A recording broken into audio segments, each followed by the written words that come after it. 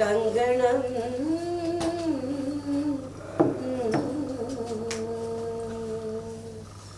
सर्वाङ्गे हरिचन्दनं च कलयन् कण्ठे च मुक्तावली गोपस्त्री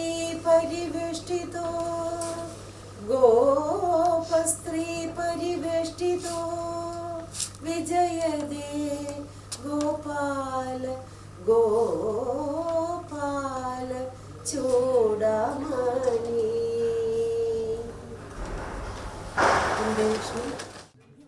Our first participant, Tanya Paine from Assam University.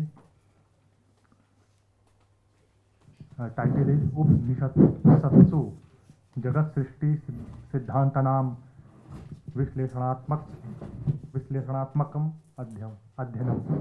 Please.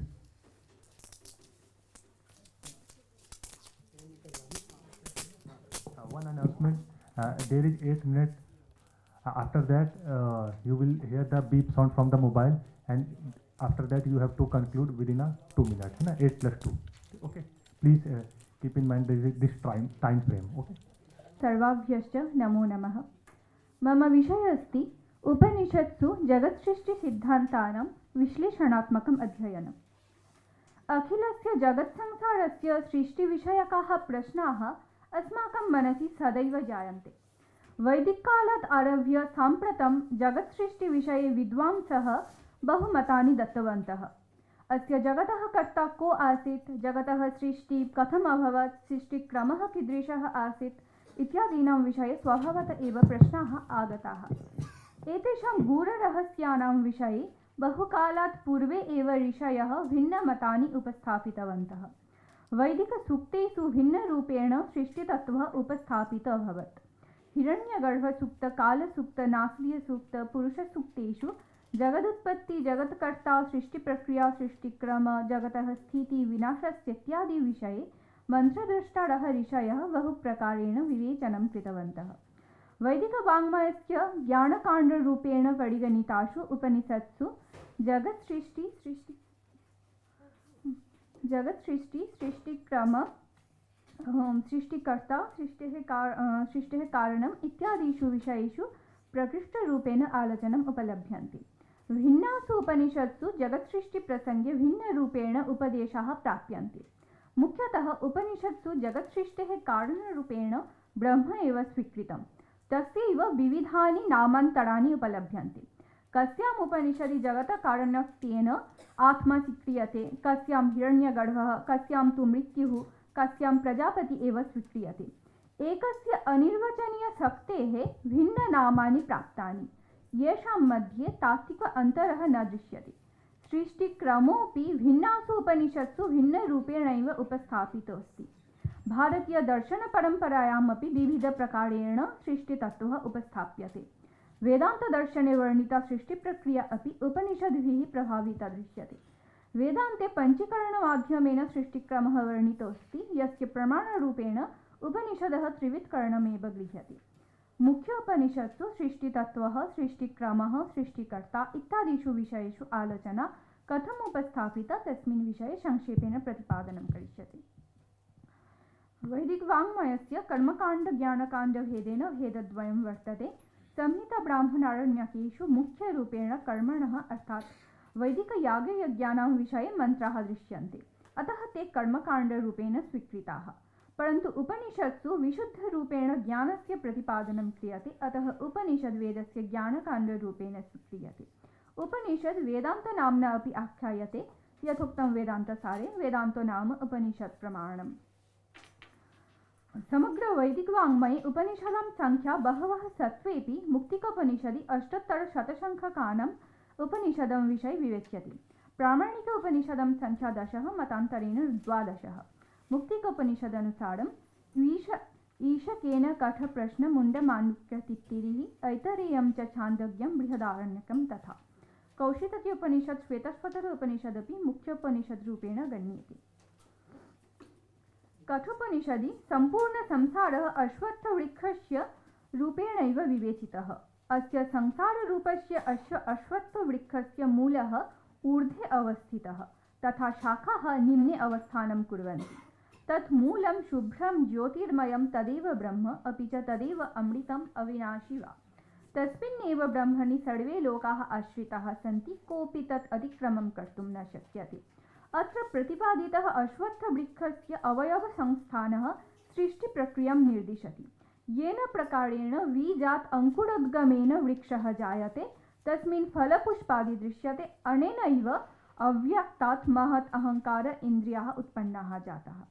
प्रश्नोपनिषदि Pippalada ऋषिः प्राणस्य उत्पत्ति प्रसंगे उपदिशति आत्मनः प्राण उत्पद्यते। शंकराचार्येण व्याख्या कृता आत्मनः परस्मात् पुरुषादक्षरात् सत्यात् एष उक्तः प्राणो जायते।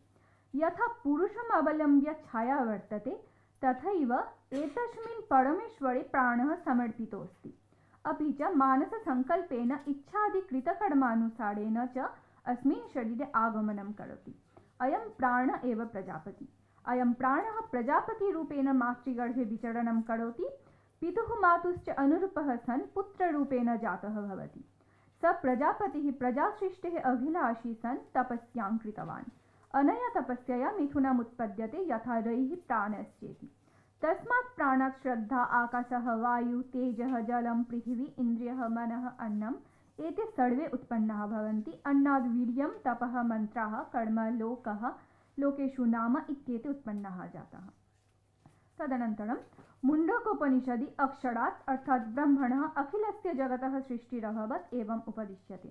तत्र ऊर्णनाभस्य दृष्टान्तम् उपस्थाप्य ऋषि उपदिशति यथोर्णनाभिः सृजते गृह्णते च, यथा पृथिव्याम् ओषधयः सम्भवन्ति, यथा सतः पुरुषात् केशलोमानि, तथाक्षरात् सम्भवतीह विश्वम्।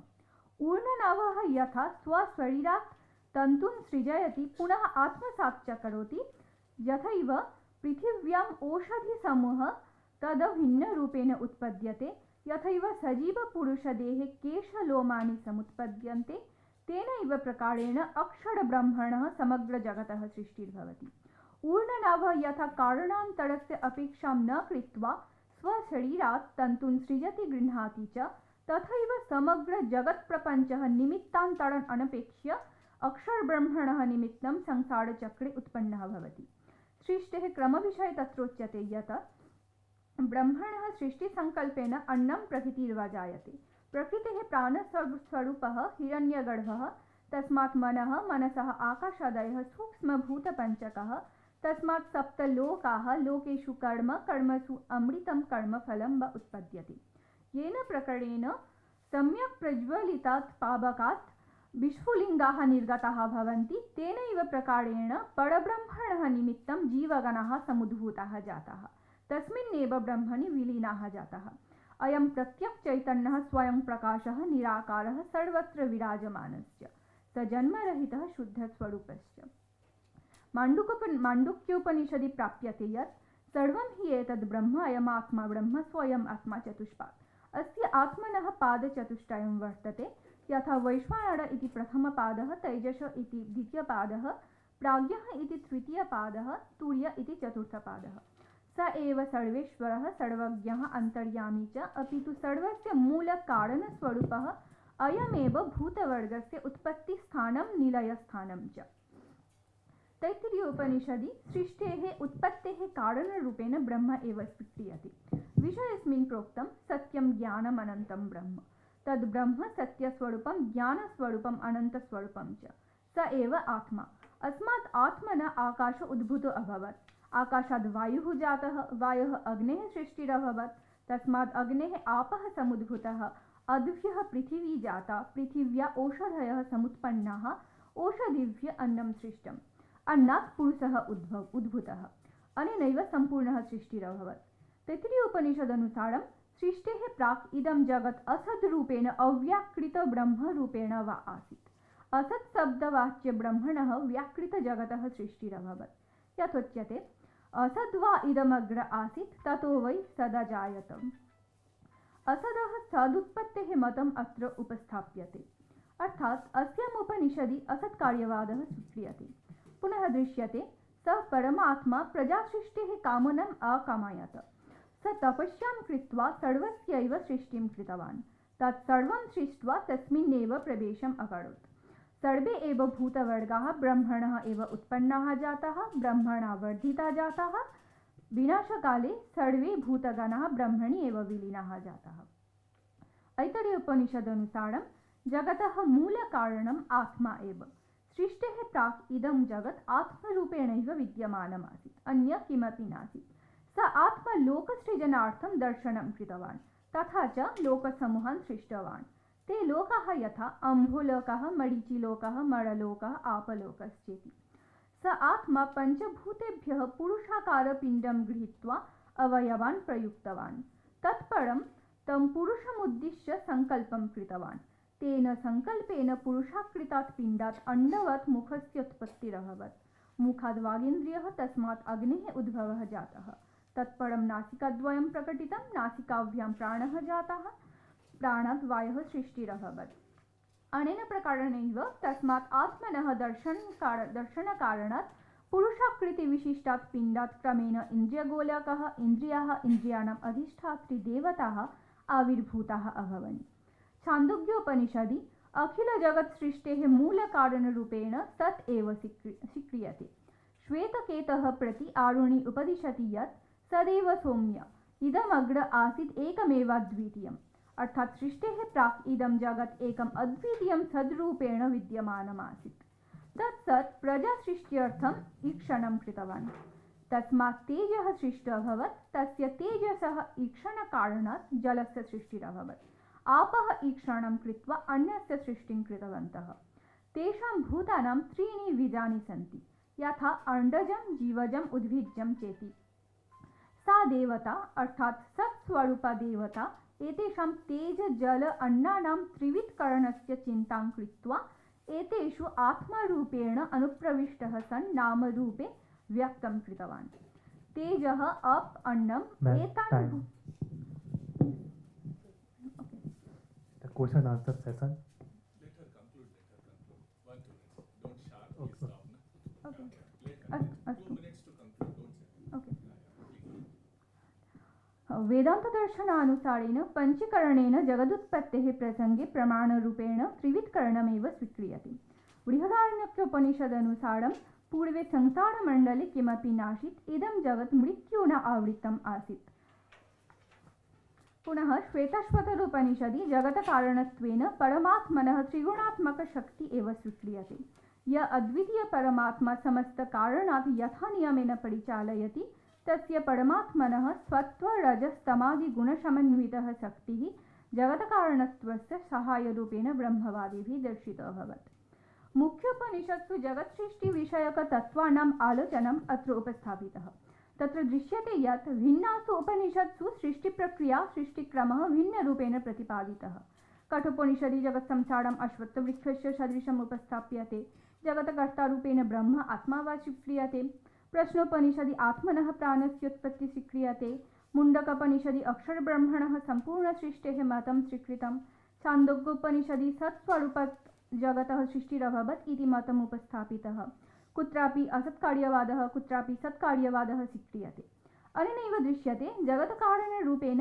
एकस्थैव अनिर्वचनीयशक्तेः भिन्नानि नामानि उपलभ्यन्ते एकस्यैव जगत्कर्तारः ब्रह्म आत्मा प्रजापति हिरण्यगर्भः परमात्मा विविधानि नामानि प्राप्यन्ते येषां मध्ये अन्तरः न दृश्यते एतेषां सर्वेषां स्वरूप एक एव ऋग्वेदे दृश्यते यथा एकं सद्विप्रा बहुधा वदन्ति अग्निं यमं मातरिश्वानमाहुः उपनिषद्भिः प्रभावितः सन् भारतीयदर्शनस्य विविधाः शाखाः आविर्भूताः अभवन् प्रत्येकदर्शनं स्वमतानुसारेण सृष्टितत्त्वस्य व्याख्याम् अकरोत् उपनिषत्सु वर्णिता सृष्टिप्रक्रिया वेदान्तदर्शनस्य सृष्टिप्रक्रियामपि पुष्टिं जनयति सृष्टिकर्ता सृष्टिप्रक्रिया स्थूलभूतानां सूक्ष्मभूतानां च सृष्टिः मनुष्याणां सृष्टिः पशूनां सृष्टिः इत्यादि विषयमाधारीकृत्य उपनिषत्सु बहुमतानि उपस्थापितानि सन्ति बहुदिवसात् प्राक् वैदिकऋषयः येन प्रकारेण जगत्सृष्टितत्त्वं प्रतिपादयन्ति स्म तत्तु साम्प्रतमपि बहु प्रशंसनीयम्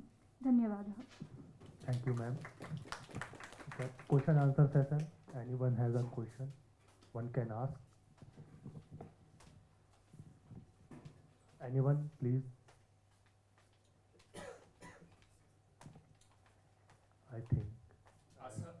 असदः कीदृशं सदुत्पत्तिर्भवति?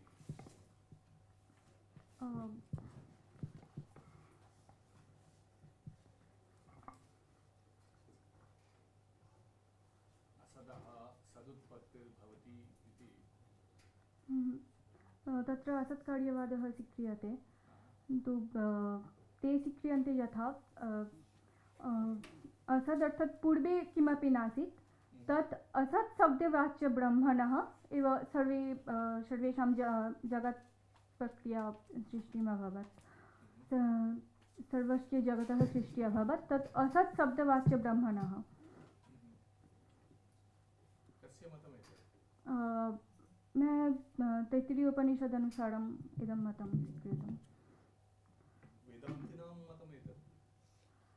वेदान्तिनां तु न। नैयायिकानां? नैयायिका असत्कार्यवादः स्वीक्रियते।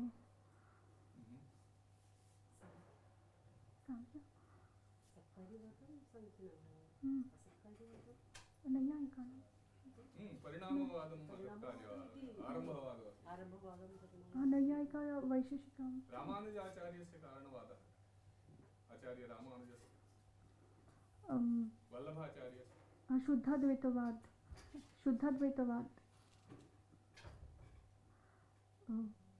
मेन् डिटेल्स् अहम् अधुना न वक्तुं शक्यते, तु अहं दर्शनस्य छात्रा नास्मि, अहं संस्कृतस्य वैदिकवाङ्मयस्य छात्रा अस्मि, तर्हि क्षम्यताम्।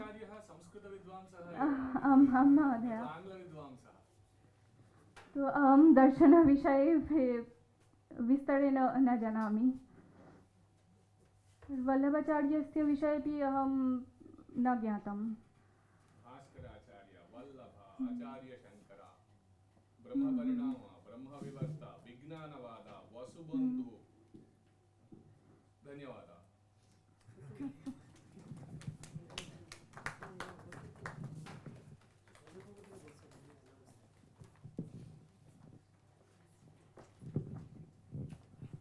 Thank you, ma'am, for your lecture. Our next participant is Lok Mudra Goswami ji. Is he here? I think he is not. Next, Dev Jyoti Kundu from BHU. Title is Siddhant Bindukt Disha Atma Tat Pratipadanasya Prayojan Vichara Atma Sarup Vicharash.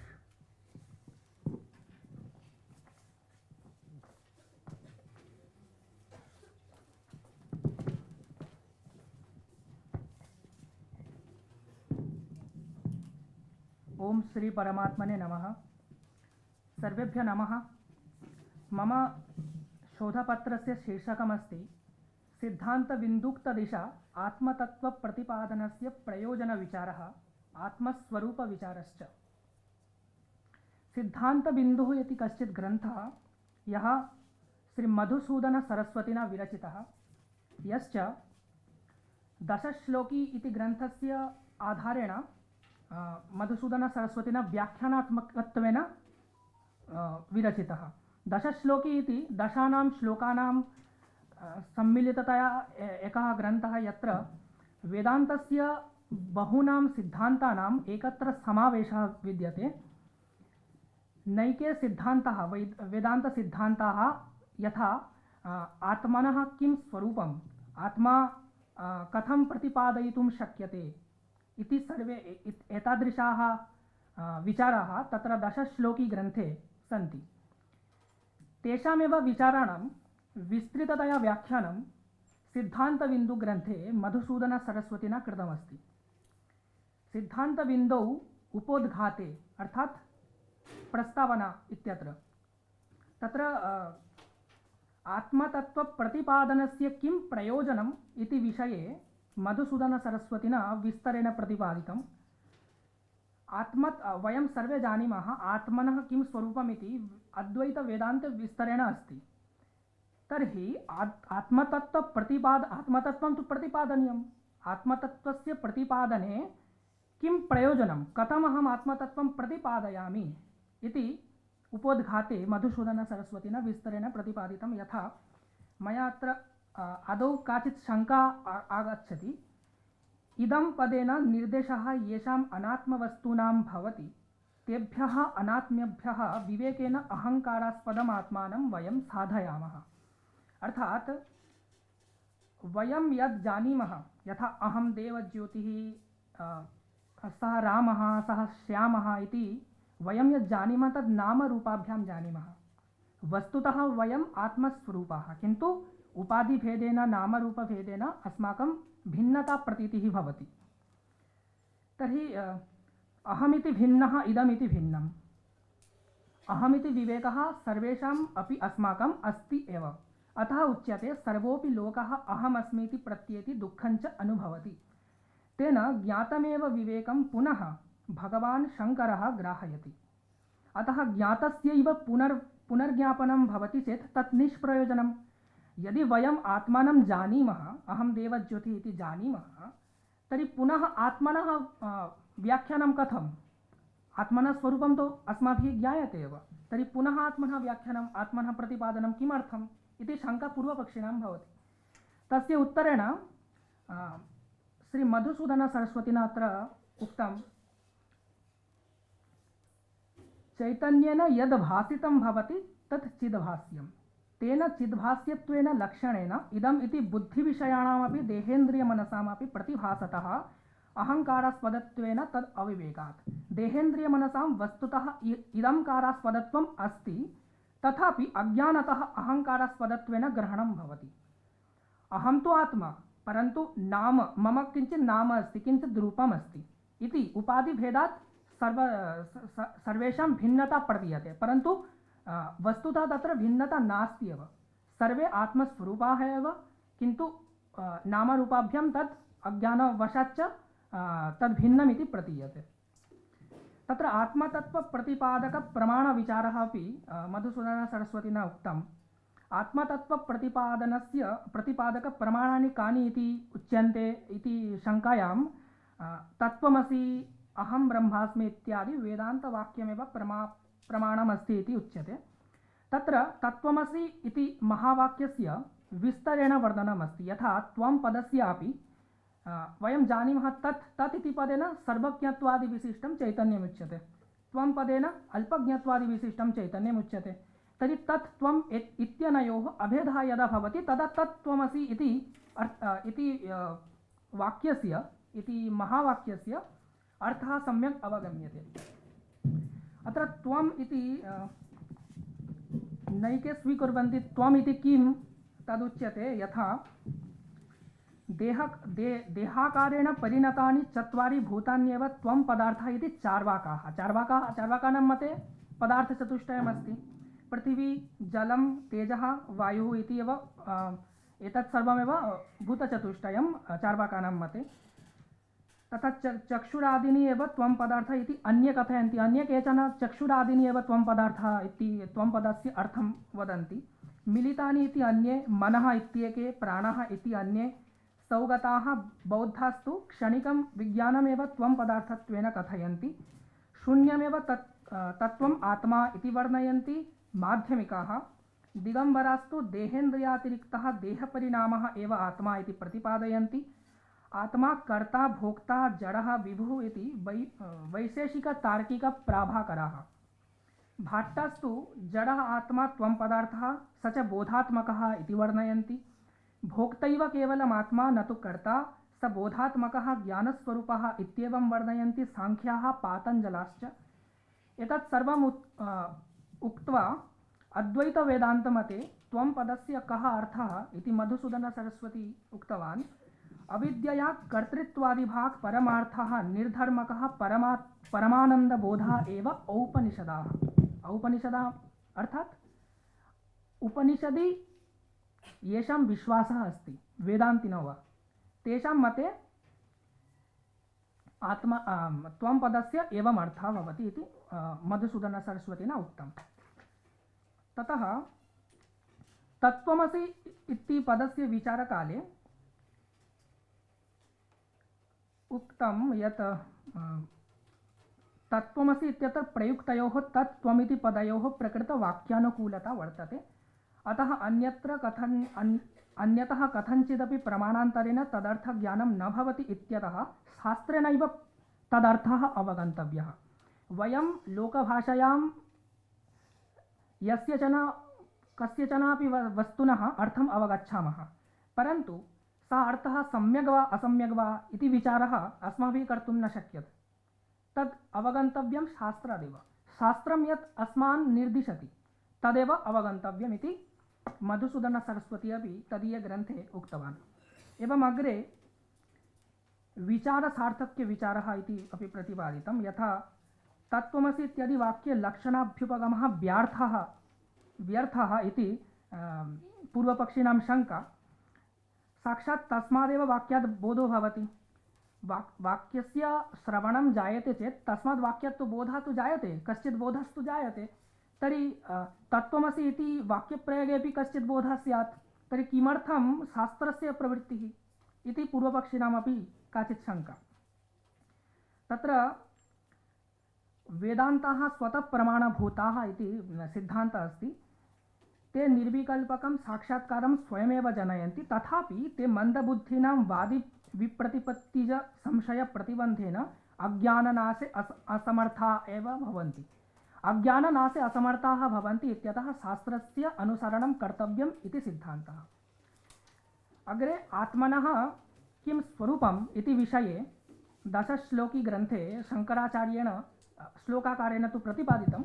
अत्र अपि आत्मनः देशकालापरिच्छिन्नत्वम् अनिर्वचनीयत्वं च उच्यते। देशकालाभ्यां परिच्छिन्नं सर्वत्रैव आत्मा अस्ति, अर्थात् सर्वत्रैव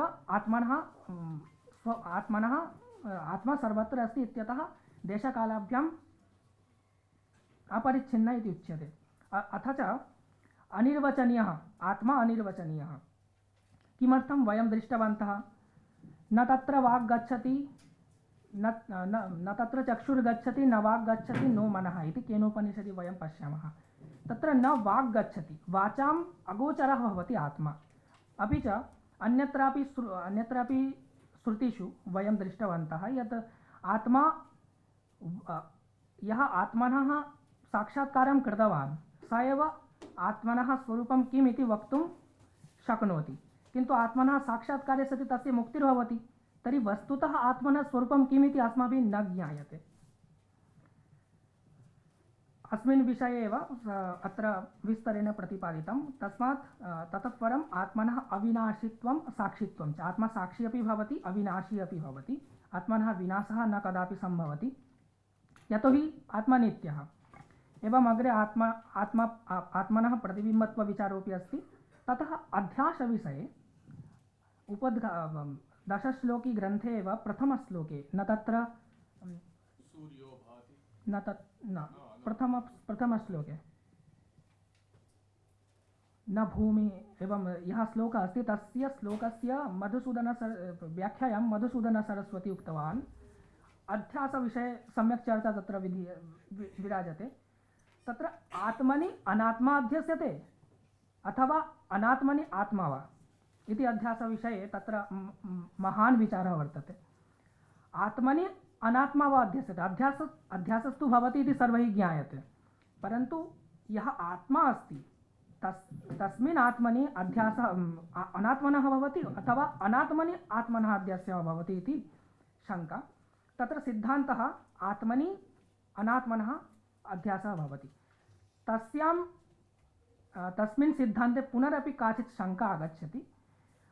तत्र अविद्या अध्यस्ता भवति उत अनध्यस्ता भवति, अर्थात् अविद्यायाः अध्यासयोग्यत्वम् अस्ति वा न वा इति। तत्र अविद्या अध्यस्यते, तस्मादेव खलु नामरूपाभ्यां व्यवहारः भवति।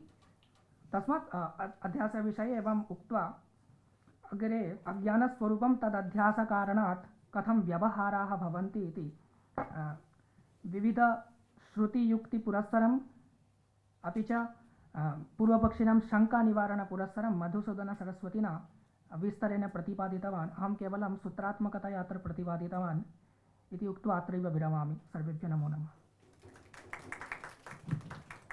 Thank you. Question answer session. Anyone has a question to ask? Anyone, please? Nobody has questions. You can ask in any language. Need not be in Sanskrit. Sanskrit में नहीं, किसी Yes. भाषा में पूछ सकते हैं, है ना? किसी भी भाषा. नाम पूछ लीजिए, कहाँ से है? क्या? अच्छा, आज मैं ही पूछ लेता हूँ. मेरे पास इतने सारे क्वेश्चन है, 20-25 क्वेश्चन है इनके लिए, और आप लोग ज्ञानी हैं, कोई क्वेश्चन ही नहीं है. आत्मनि अनात्मनः अध्यासो भविष्यति, आपने कहा. हाँ. तर्हि आत्मानात्मयोर्मध्ये सादृश्यलक्षणो नास्ति. नास्ति. अध्यासं कर्तुं सादृश्यलक्षणस्य आवश्यकता वर्तते न वर्तते? वर्तते. द्वे भिन्नपदार्थयोर्मध्ये अध्यासो न भविष्यति. न. आत्मानात्मयोः सादृश्य एव न वर्तते, तर्हि कीदृशी अध्यासः? तत्तु खलु भ्रमकारणं भवति. अनात्मन आत्मा अनात्माना इति वयं शास्त्रविदः जानीमः, परन्तु मयि आत्मा अस्ति वा न वा इति कश्चित् साधारणजनः कथं जानीयात्. अहं देवज्योति इति अहं जानामि, कश्चित् अन्यः जानाति, परन्तु अहम् आत्मा इति कश्चित् साधारणजनः तु शास्त्रं न पठितवान्. अथ च अहम् आत्मा, मयि आत्मा अस्ति, स कथं जानीयात्. तस्मात् आत्मनि अनात्मनः अध्यासो तु भवेदेव.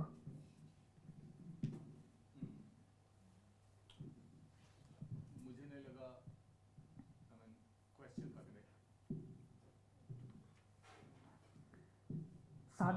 सादृश्यं भवति चेत् तदैव अध्यासः भवति इति भवतः अभिप्रायः. सच्चिदानंद स्वरूपोऽयमात्मा, सर्वेपि अन्यपदार्थाः जडस्वभावाः. आम्. जडस्वभावपदार्थयोः आत्मा सच्चिदानंद स्वरूपात्मयोर्मध्ये अध्यासः कीदृशी भविष्यति? दो पदार्थों के बीच में सादृश्यं भवनीयम्. हाँ. यदि सादृश्यं न स्यात् तर्हि अध्यासोऽपि न भवेत् इति. धर्माणामपि मध्ये सादृश्यभावो. आम्. या तो पदार्थ के बीच में, या तो उनके धर्मों के बीच में सादृश्य लक्षण नहीं है, अध्यास नहीं हो सकता है. ये शंकर का पूर्व पक्ष है, आचार्य शंकर का पूर्व पक्ष है, ये मेरा नहीं है. कैसे अध्यास कैसे होगा? आई मीन एक सच्चिदानंद स्वरूप के आत्मा है और एक जड़ पदार्थ है. ये स्वप्रकाश शुद्ध चैतन्य है, ये परप्रकाश है. गुणों के बीच में अध्यास कैसे होगा? कोई तो सादृश्य, इवन फिजिक्स में भी कहते हैं बिना सिमिलर प्रॉपर्टीज आप अध्यास हो ही नहीं सकता, सुपर इम्पोजिशन हो ही नहीं सकता. अविद्या कारणात् अध्यासः भवति. ये इयम् अविद्या कुतः भवति? ये अविद्या इतना आसान से मिल गया, हर चीज के लिए अविद्या ही. तदेव समाधानम्.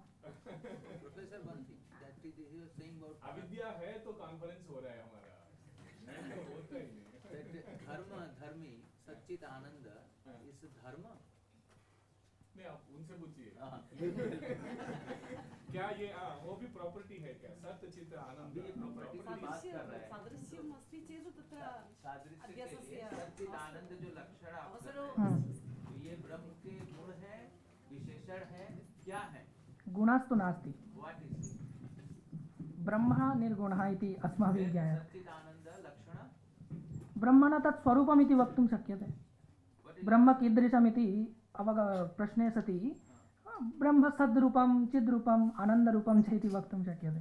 रूपम is not adjective, not guna. अत्र This thing was discussed in ancient Greek philosophy as like thing knows like. आप हिंदी में कंफर्टेबल है, इंग्लिश में? हिंदी में. हिंदी नहीं, सर. ये ancient जो प्राचीन काल का ग्रीक फिलोसफी में ऐसा चर्चा हुआ था. क्लियर करना है. How do we know? हम कैसे ये आचार्य शंकर एक जो ज्ञाता जो होता है, हम प्रमाता है, हम ज्ञाता है. हम कैसा ज्ञेय प्रमेय को जानता हूँ? ये सादृश्य बोल रहा था जो नटराजू प्रोफेसर ने ये बहुत जरूरी है। अगर ये प्रमाता और प्रमेय, ज्ञाता और ज्ञेय का अंतर ज्ञान कैसे होता है? आप कोई संबंध नहीं होने से, हाँ किसी भी तरह का संबंध होना चाहिए। बोल रहा हूँ। बिना वही संबंध, इसको सादृश्य ज्ञान, सादृश्य तत्वता, बिना वही कोई ज्ञान हो नहीं सकता।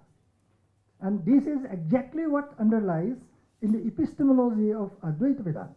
वेदांत सिद्धांत में हाँ जी, एक वस्तु यहाँ है, मैं प्रमाता हूँ, ये विषय है। हाँ, तो प्रमाता का विषय के देश के और कैसे संबंध होता है, ये आपका प्रश्न है। हाँ, नहीं, मैं सप्लीमेंट कर रहा हूँ। हाँ। मैं क्वेश्चन नहीं पूछ रहा हूँ ओके। आपको, मैं सप्लीमेंट कर रहा हूँ। जो प्रोफेसर नटराजू ने बोल रहा था वही सप्लीमेंट कर रहा हूँ मैं, कोई प्रश्न नहीं है इसमें। क्या कैसा होता है वेदांत सिद्धांत में तो उस देश का, हाँ, उस हाँ, वस्तु का मैंने- प्रत्यक्ष होता ही है। मेरी बात सुन लीजिए पहला। ये सादृश्य ज्ञान कैसा होता है? सादृश्य चीज एक चीज है कि बिना वही ज्ञान नहीं हो सकता। वो वृत्ति ज्ञान बोलता है। व्यवहारिक जो दृष्टिकोण से व्यवहारिक जगत में शंकर जी ने वो इसको मानता है रिलेटिव, ये रियलिटी ऑफ व्यवहारिक जगत को मानता है। शंकर जी ने ये कभी नहीं बोला था ये जगत नहीं है। जब तक मोक्ष नहीं होता है तो तब तक ये हाँ, व्यवहार रहेगा, दशा रहेगा, नित्य चालू है। रहेगा, ये हाँ। दुनिया चालू रहेगा। सर्वमुक्ति, सबको मुक्ति मिलने तक, नहीं मिलने तक ये जगत रहेंगे। न तो व्यवहार दशायाम बाधा। हाँ, ऐसा नहीं, मुक्ति बात यही है। अगर एक ज्ञाता ने एक ज्ञेय को जानता है ज्ञान के रूप में, ज्ञान एक क्या बोलेगा जो क्या सर, ट्राइपोर्ट ऑफ नॉलेज क्या बोलता है ये, त्रिपुटी ज्ञान, पूर्व मीमांसा का त्रिपुटी ज्ञान होता है।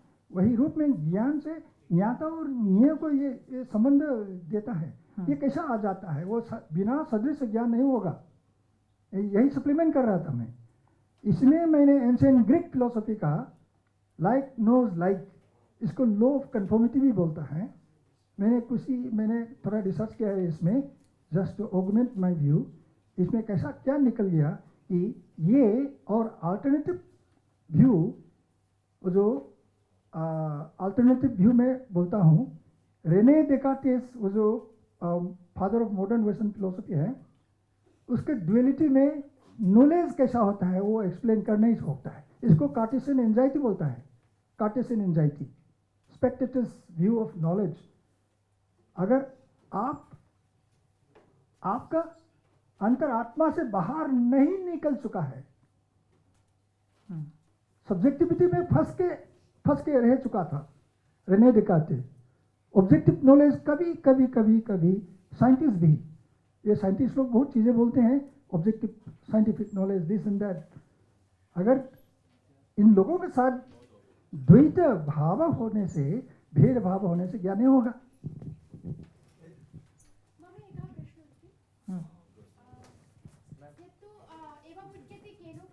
केनोपनिषदि यत् नाहं मन्ये सुवेदेति यो न वेदेति वेद च यो नस्तद्वेद तद्वेद नो न वेदेति वेद च। तथा च छान्दोग्य उपनिषदि एवम् उक्तं तत्त्वमसि। तर्हि एवं कथं संगतिर्जायते यत् पूर्वं तु एवं यदा अहम् एवं वदामि यत् अहं तु ब्रह्म सम्यक्तया न जानामि। तत्पश्चात् छान्दोग्योपनिषदि एवं उक्तं यत् तत्त्वमसि। तर्हि त्वमेव श्वेतकेतु त्वमेव तत्त्वमिति तत्त्वमसि। तर्हि अस्मिन् तु अनयोर्मध्ये केन प्रकारेण सङ्गतिर्भवितुमर्हति? छान्दोग्योपनिषदि अथ च केनोपनिषदि एवम् उक्तं नाहं मन्ये सुवेदेति नो न वेदेति वेद च यो नस्तद्वेद तद्वेद नो न वेदेति वेद च। पश्चादपि उक्तं यत् अविज्ञातम् विजानतां जिज्ञातम् अविजानतां। तर्हि कथम् एवं प्रकारेण संगतिर्जायते? पूर्वं ते उक्तं यत् अविज्ञातम् विजानतां जिज्ञातम् अविजानतां। केन प्रकारेण भवान् अत्र संगतिं कर्तुमर्हति? नाहं मन्ये सुवेर्यति इत्यत्र अहं चिन्तयामि तत्र ब्रह्मणः किं स्वरूपम् इति प्रतिपाद्यते। ब्रह्म एवं भवितुमर्हति एवं न भवितुमर्हति इति तत्र प्रतिपादनमस्ति इति चिन्तयामि, अहं न स्मरामि।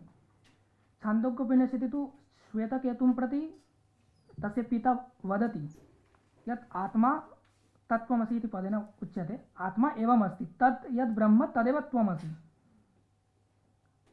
स तु भ्रमवशात् किमपि अन्यं किञ्चित् अन्यं चिन्तितवान्, तस्मात् तस्य पिता तस्य भ्रमं दूरीकरोति। तद् यद् ब्रह्म अस्ति तदेव त्वमसि भोः। ऋषिपुत्रः स्वयमपि नववारम् उक्त्वा तस्य ज्ञानं न जातम्, अतः वारं वारम् उक्तवान्। तत्र अहं चिन्तयामि प्रसङ्गान्तरमस्ति। तर्हि इदं किं तत्त्वज्ञानं विधीयते, अनेन किं तत्त्वज्ञानं विधीयते? अवश्यं विधीयते, उपनिषदः वाक्यमस्ति अर्थात् विधीयते एव। तत्त्वमसि इत्यनेन वाक्येनापि विधीयते, तत्र नाहं मन्ये सुवेर्यति केनोपनिषदि यदस्ति तेनापि ब्रह्मणः स्वरूपमेव प्रतिपाद्यते। उपनिषत्सु सर्वासु प्रसङ्गानुसारं विषयाणां भिन्नता वर्तते। तत्र अत्र एवम् उदाहरणं तत्र एवम् उदाहरणं, वयं तु मनुष्याः अल्पज्ञाः, तस्मात् अस्माकम् उदाहरणम् आवश्यकं, तस्मात् अत्र एवम् उदाहरणं तत्र एवम् उदाहरणम्। उपनिषदोः तुलना कथम्? उपनिषदोः तुलना न कर्तव्या, तत्र प्रसङ्गः अन्यः तत्रापि प्रसङ्गः अन्यः। यदि कस्यापि यदि भ्रान्तिर्जायते यत् अहं तु एवं न निश्चितं कर्तुम् अहं शक्नोमि, यत् अहं किं मन्ये, यत् नाहं मन्ये सुवेदेति, अहं तु किमपि न जानामि, अहं तु सम्यक्तया न जानामि, तत्पश्चात् तु अहं तत्त्वमसि इति वेदान्तवाक्यम् अहं दृष्ट्वा अहम् एवं विचारयामि यत् तत्त्वमसि इति महावाक्यम् अहं तु अवधारयामि। तर्हि अस्मिन् तु एवं अत्र कथं अत्र असङ्गतिः भवितुम् अर्हति? यदि कोऽपि अत्र असङ्गतिं कर्तुम् अर्हति तर्हि केन प्रकारेण द्वयोर्मध्ये असङ्गतिं कर्तुं किमपि किं च अत्र असङ्गतिर्भवितुम् अर्हति न वा?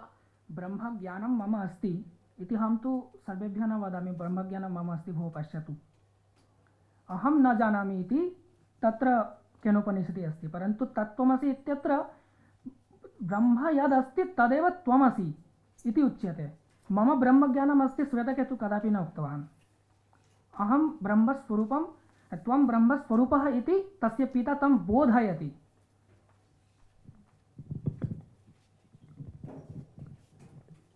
Thank you. धन्यवादः। Next speaker Animesh Roy from Shri Shankaracharya university of Sanskrit. Title is Advaita वेदांते शब्द ज्ञानम। मूकं करोति वाचालं पंगुं लंघयते गिरिं यत्कृपातमहं वन्दे परमानंद माधवम्। श्री गुरुभ्यो नमः। सर्वेभ्यो नमः। मम प्रतिपाद्यमान विषयस्तावत् अद्वैत वेदान्ते शाब्द ज्ञानम्।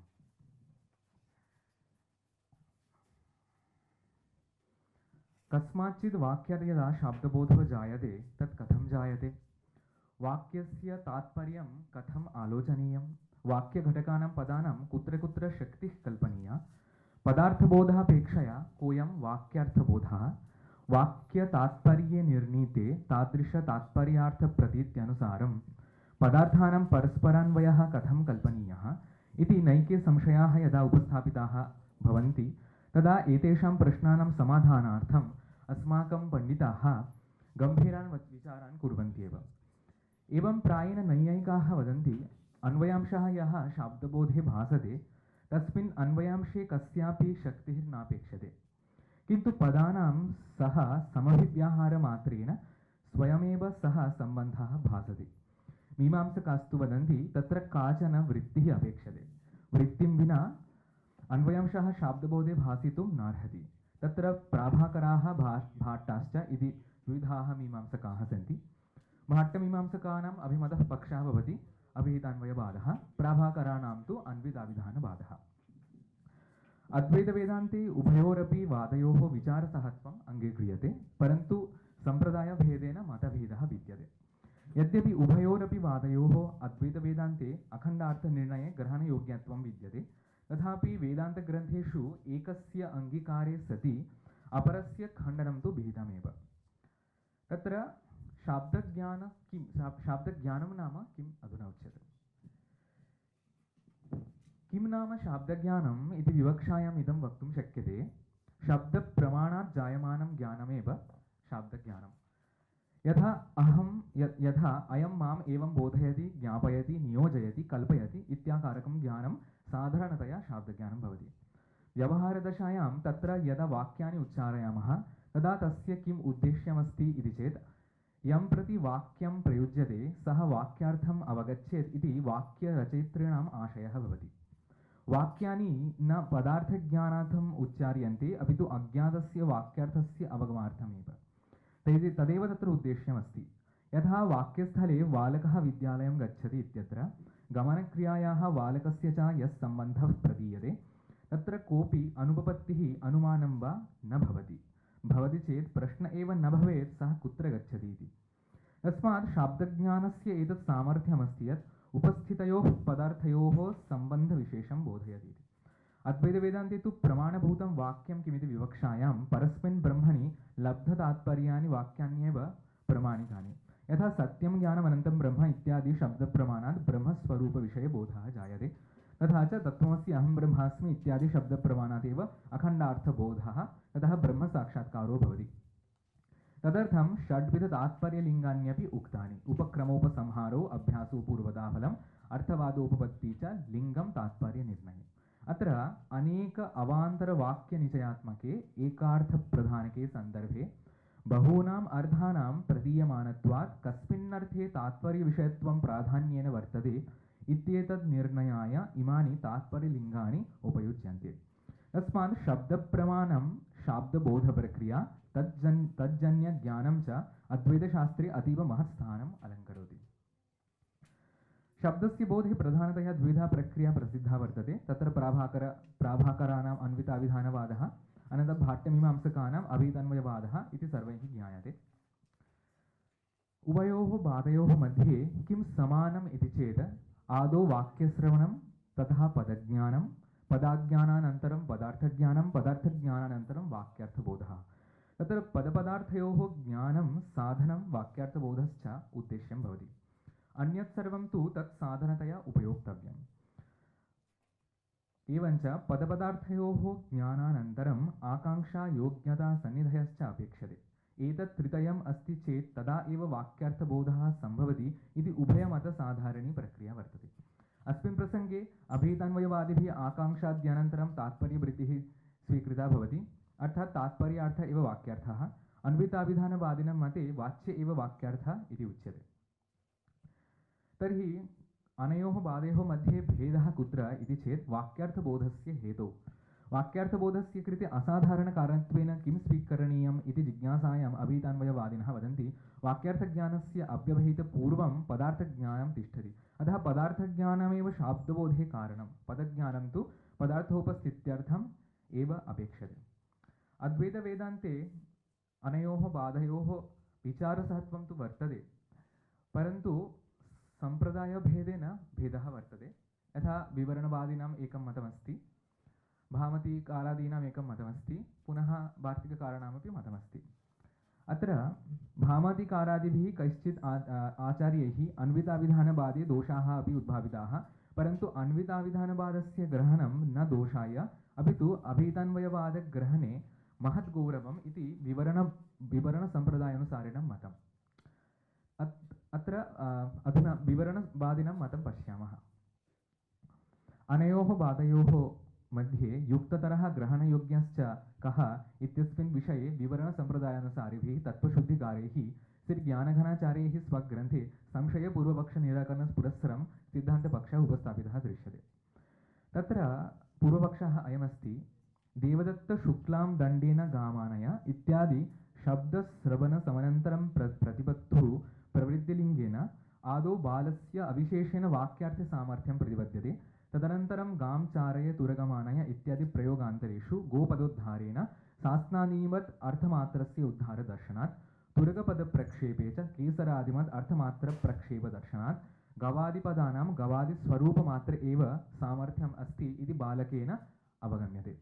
तर्हि शब्दश्रवणात् अनन्तरमेव पदार्थयोः मध्ये सम्बन्धबुद्धिः कथं जायते इत्येत् पद अभिहित पदार्थानामेव सम्बन्धबुद्धिः हेतुत्वं पदानां पदार्थस्वरूपमात्र प्रतिपादन विज्ञानस्य उपक्षेण शक्तित्वात् सम्बन्धविषयस्य प्रमाणान्तरेण अनवगमाच्च एवं पदानां तावत् पदार्थस्वरूपस्मृतिजननसामर्थ्यं पुनः तेषाम् अन्वितार्थाभिधानसामर्थ्यं च इति कृत्वा अन्विताभिधानवादे अनेकशक्तिकल्पनाश्रयः दृश्यते नायं दोषः अभितन्वयवादे प्रसज्यते अपि च पदार्थानां मध्ये यत् सम्बन्धबोधनसामर्थ्यं विद्यते तत् प्रथमतया अभितन्वयवादे एव न परिकल्प्यते उक्तं हि श्लोकवार्तिके वाक्याधिकरणे पश्यत श्वेतमारूपं ह्येषा शब्दं च शृण्वतः कुरनिष्पेषशब्दं च श्वेतोष्प धावति इति धीः अश्वश्वेतो धावति इत्यत्र वाक्यप्रयोगस्थले ये पदार्थाः पदैः उपस्थिताः भवन्ति ते पदार्थाः अत्र पदं विना एव उपस्थिताः सन्ति तेन पदज्ञानं विनैव अश्वश्वेतो धावति इति बोधः जायते अयं बोधः कस्मात् कारणात् निष्पन्नः इति चेत् अत्र आकाङ्क्षा योग्यता सन्निधि विशिष्टपदार्थोपस्थितिः विद्यते शाब्दबोधस्य या सामग्री सा अत्र सम्पन्ना इत्यतः अश्वश्वेतो धावति इति धीः शाब्दबोधात्मकी इति स्वीक्रियते अतः आकाङ्क्षा योग्यता सन्निधि विशिष्टानां पदार्थानाम् अर्थादिगतम् अन्योन्यसंसर्गबोधनसामर्थ्यम् अत्र दृष्टमेव आश्रियते एवं पूर्वपक्षीणां मते अभितन्वयवादे पदानां पदार्थ अभिधानसामर्थ्यम् इति एका एव कल्पना तस्मात् अभितन्वयवादः निश्चितः सम्यक् रूपेण इति पूर्वपक्षीणां मतम् इदं मतम् अधुना अस्य मतस्य खण्डनं कृत्वा अन्विताभिधानवादः प्रस्तूयते तत्र उच्यते पदानामेव संसृष्टार्थाभिधानसामर्थ्यम् आश्रयणीयं कुतः इति चेत् अन्य अन्वितगवादिस्वरूपे गवादिपदानां सङ्गतिदर्शनात्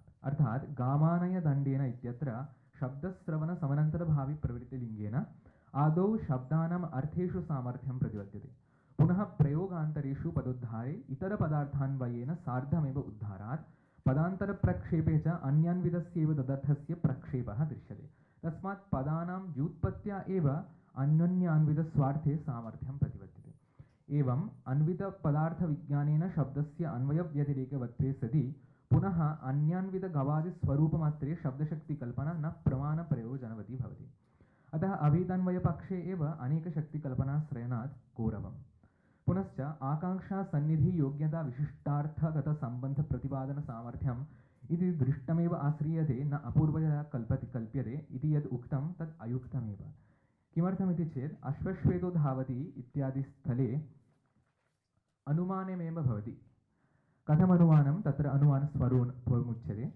विगीतः श्वेतपदार्थः क्षिप्रगामी तुरगो भवितुमर्हति कुरनिष्पेष हेषा शब्दवत्वात् सम्प्रतिपन्न तुरगवत् अत्र तु पदार्थानां सम्बन्धानुमानमेव प्रतिपद्यते परन्तु सप्तमप्रमाणाभावात् न पदार्थानाम् अन्यत् किञ्चित् प्रमाणान्तरं विद्यते अतः अवेदान्वयवादे गुरुतरशक्तिकल्पना आश्रियते एव अन्विताभिधानवादे तु पदानां पदार्थस्वरूपस्मारकत्वम् अन्वितार्थाभिधानव्यापारनान्तरीयकं न पृथक् रूपेण शक्तेः कल्पना इति तस्मात् अन्विताभिधानवादे पदानामेव संसृष्टार्थप्रतिपादनसामर्थ्यम् इति एक एव कल्पनाश्रयः एवं प्रकारेण तत्त्वशुद्धो श्रीज्ञानघनपादानां मतम् आलोचयामश्चेत् अन्विताभिधानपक्ष एव समीचीनम् इति तेषाम् अभिप्रायः अवगम्यते परन्तु अद्वैतवेदान्तस्य भामत्यादिसम्प्रदायेषु आचार्याणां मतम् आलोचयामश्चेत् अभिधान्वयवादे एव अधिका रुचिः दरीदृश्यते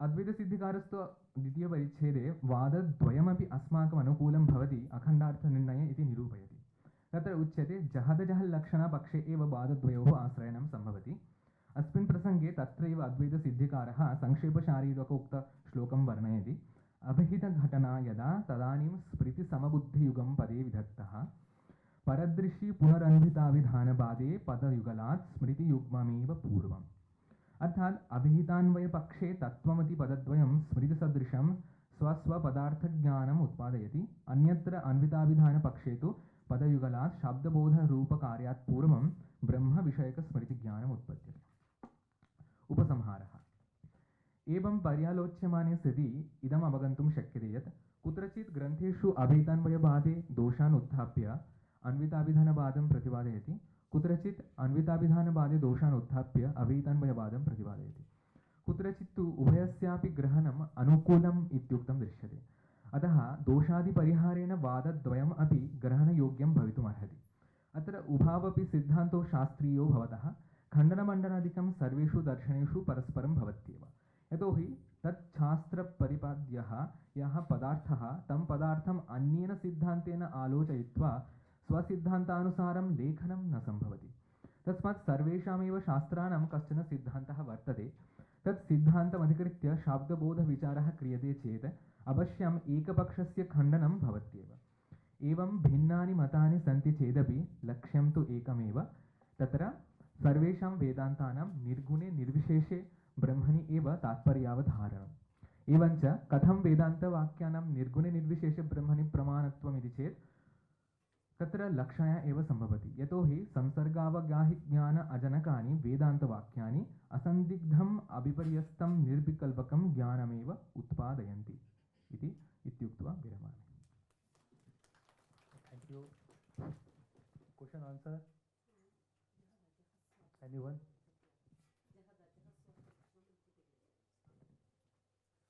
जहद जहद लक्षणं भागत्यागलक्षण।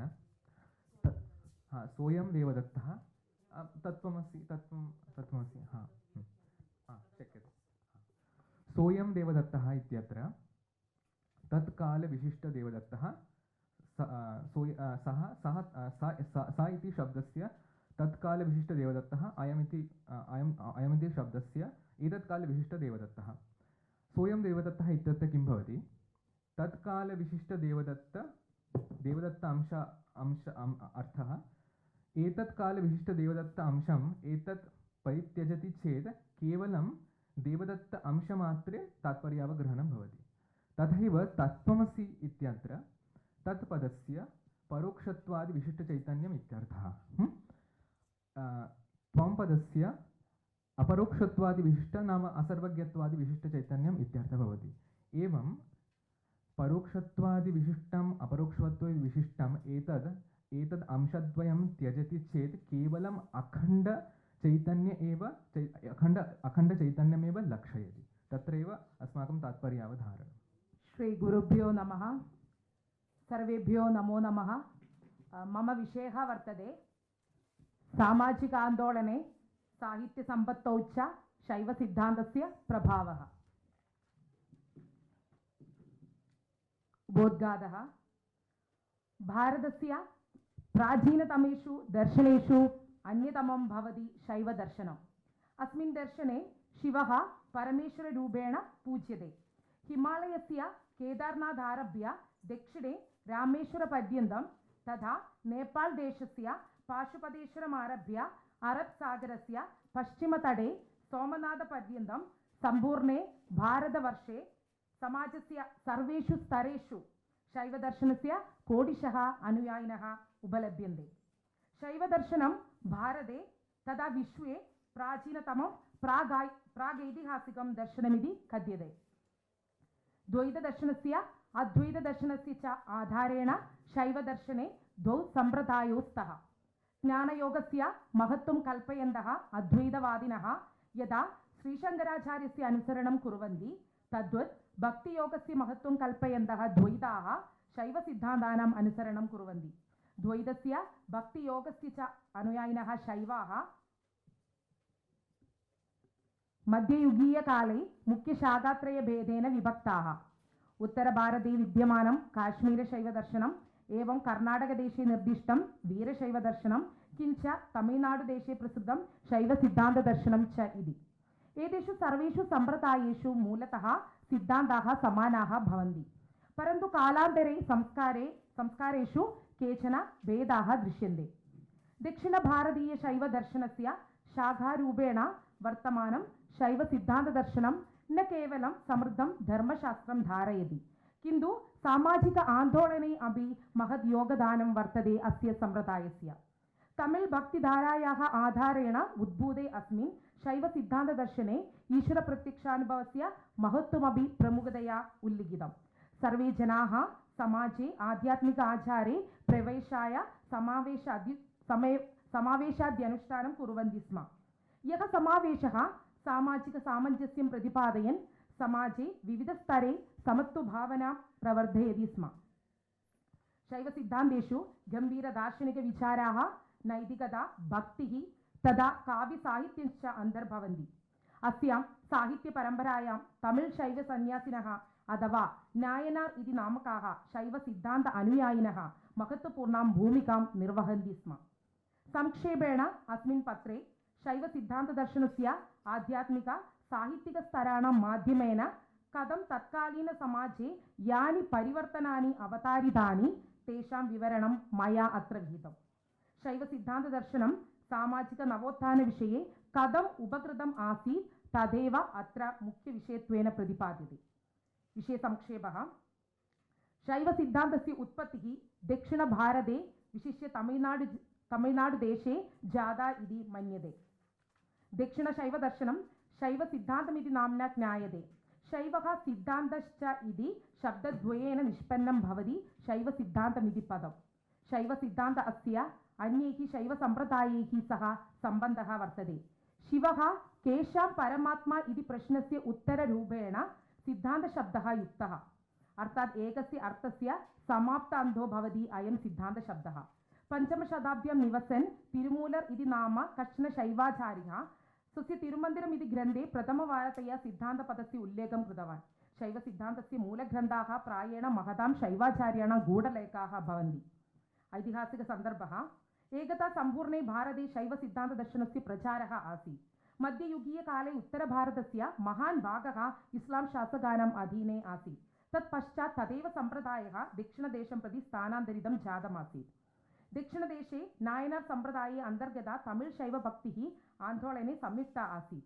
अस्मिन्नेव ऐतिहासिकसन्दर्भे शैवसिद्धान्तः सामान्यतया दक्षिणीपरम्परा इति मन्यते, यस्य साम्प्रतिककाले अपि अतीव प्राबल्यं दृश्यते।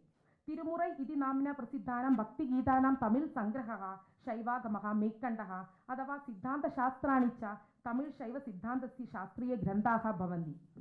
सम्प्रति दक्षिणे शैवसिद्धान्तस्य प्रबला ख्यातिः वर्तते।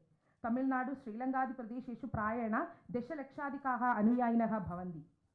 शैवसिद्धान्तस्य उत्पत्तिः मुख्यतया शैवदर्शनस्य प्रारम्भिकरूपेभ्यो जाता इति उच्यते, अर्थात् वैदिककालात् पूर्वमिति ज्ञातुं शक्यते। पूर्वकालीनवैदिकग्रन्थेषु शिवस्य परमदेवत्वविषयकचर्चा न कृता, तथापि ऋग्वेदे शिवः रुद्रादिना विविधरूपेण निर्दिष्टो लभ्यते। उपनिषत्कालात् पश्चात् एव शिवः सार्वत्रिकत्वेन परमदेवत्वेन च अधिकः विख्यातो जातः।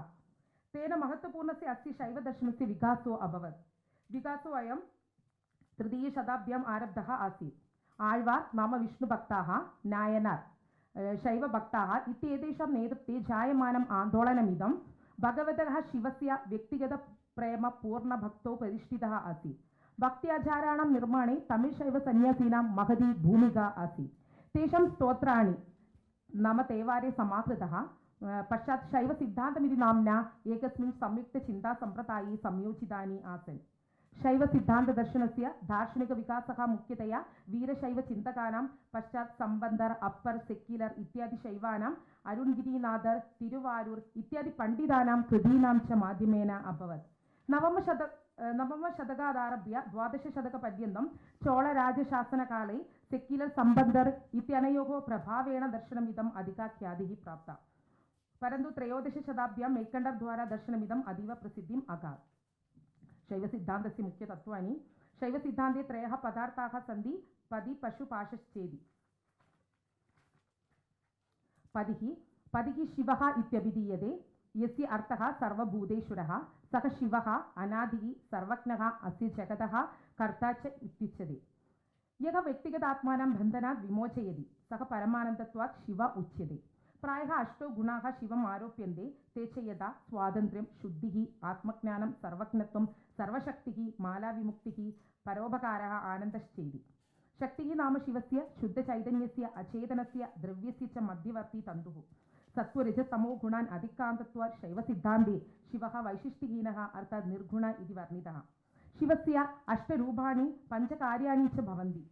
तत्र पृथ्वी, जल, वायु, अग्नि, सूर्य, आकाश, चन्द्र, पुरुष इति शिवस्य 8 रूपाणि। एवं सृष्टिस्थितिसंहारतिरोधान अनुग्रहश्चैति पञ्चकार्याणि भवन्ति। पशुः नाम आत्मा। आत्मनः स्वभावतः अनन्तत्व सर्वज्ञत्व सर्वव्यापित्वादयः गुणाः भवन्ति, किन्तु अशुद्ध्यादिमालिन्यसंसर्गात् ते स्वयं जन्ममृत्यूनां विधेयाः भवन्ति। पाशेन मलपाशेन वा पशवः पाशैः बद्धाः तिष्ठन्ति। पशुः जीवः सर्वदा पाशेन बद्धः भवति। अयं पाशः शैवसिद्धान्ते मलम् इति उच्यते। अस्य मलस्य त्रयः पक्षाः सन्ति, आणव कर्म माया च इति। एतेषां मलानां कारणात् अनन्तगुणयुक्तात्मा परिमितो परमाणुं वा मन्यते। अनादिषु बहुरूपेषु सर्वेषु भूतेषु एषा अविद्या वर्तते। एतेषां मलानां परित्यागेन जीवाः मुक्तिः प्राप्नुवन्ति। एवं च पाशश्चतुर्विधः मल कर्म माया रोध शक्तिभेद। शैवसाहित्यसम्पत्। शैवसिद्धान्तपरम्परायाम् 28 शैवागमानां शैवदर्शनस्य अनेकशैवसन्न्यासीनां भक्तिकृतीनाम् अनेकचिन्तकानां लेखनानां च समाहारो भवति। शैवसिद्धान्तपरम्परायां प्रथमः गुरुः नन्दीनाथः इत्युच्यते। 50-200तमकालं यावत् सः गुरुः काश्मीरे निवसति स्म। सः नन्दिकेशरकासिका इति नामके ग्रन्थे 26 संस्कृतश्लोकं विलिख्य तद् ग्रन्थं त्यक्त्वा शैवसिद्धान्तदर्शनस्य मूलभूतसिद्धान्तान् निरूपितवान् आसीत्। अस्याः परम्परायाः अग्रिमः प्रमुखः शैवकविः तिरुमूलर् आसीत्, येन तमिळ् भाषायाः तिरुमन्दिरम् इति नाम कश्चन ग्रन्थः विरचितः दृश्यते। यः ग्रन्थः नन्दीनाथपरम्परायाः प्रतिनिधित्वेन दक्षिणभारतीयानां जनानां निकटे परिचितः आसीत्। एवं भक्तिप्राधान्यं प्रतिष्ठाप्य दक्षिणे शैवदर्शनस्य योगदानं विहितमासीत्। तेवारम् इति ग्रन्थे प्रतिपादितानाम् अप्पर सुन्दर सम्बन्धर इत्यादि शैवसन्न्यासिभक्तानाम् अग्रिमा परम्परा एवं तस्याः प्रवर्तनम् अग्रे प्रतिपादितं वर्तते। जैनबौद्धदर्शनेषु विद्यमानान् विरोधान् त्यक्त्वा शिवस्य महिमागीतं कृतवद्भिः शैवकविभिः शैवदर्शनम् एकस्मिन् आन्दोलने उन्नीतं परिवर्तितं च आसीत्। ते शैवसिद्धान्तस्य प्रचारणार्थं विविधेषु मन्दिरेषु गतवन्तः आसन्। एतेषां महासन्धानानाम् अनन्तरम् आगतः माणिक्यवाचकः अपि दक्षिणे शैवदर्शनस्य लोकप्रसिद्ध्यर्थं महत् योगदानं दत्तवान् इति ज्ञायते। तिरुवासकमिति नाम्ना प्रसिद्धे काव्यसङ्ग्रहे तस्य कृतिः सुरक्षिता लभ्यते। एतेषां चतुर्णां महतां शैवसन्धानानां कृतीनां सङ्कलनं तिरुमुरै इति नाम्ना एकस्मिन् श्लोकसङ्ग्रहे नण्डि आण्डार् नम्बि इत्यनेन कृतं विद्यते।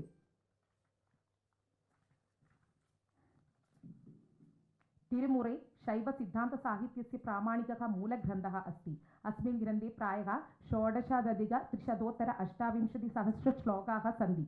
उपरि उल्लिखितेषु पूर्वतनकृतिषु 12 संरक्षितप्रार्थनाः व्यक्तिगततिरुमुरै इति रूपेण विभक्ताः दरीदृश्यन्ते।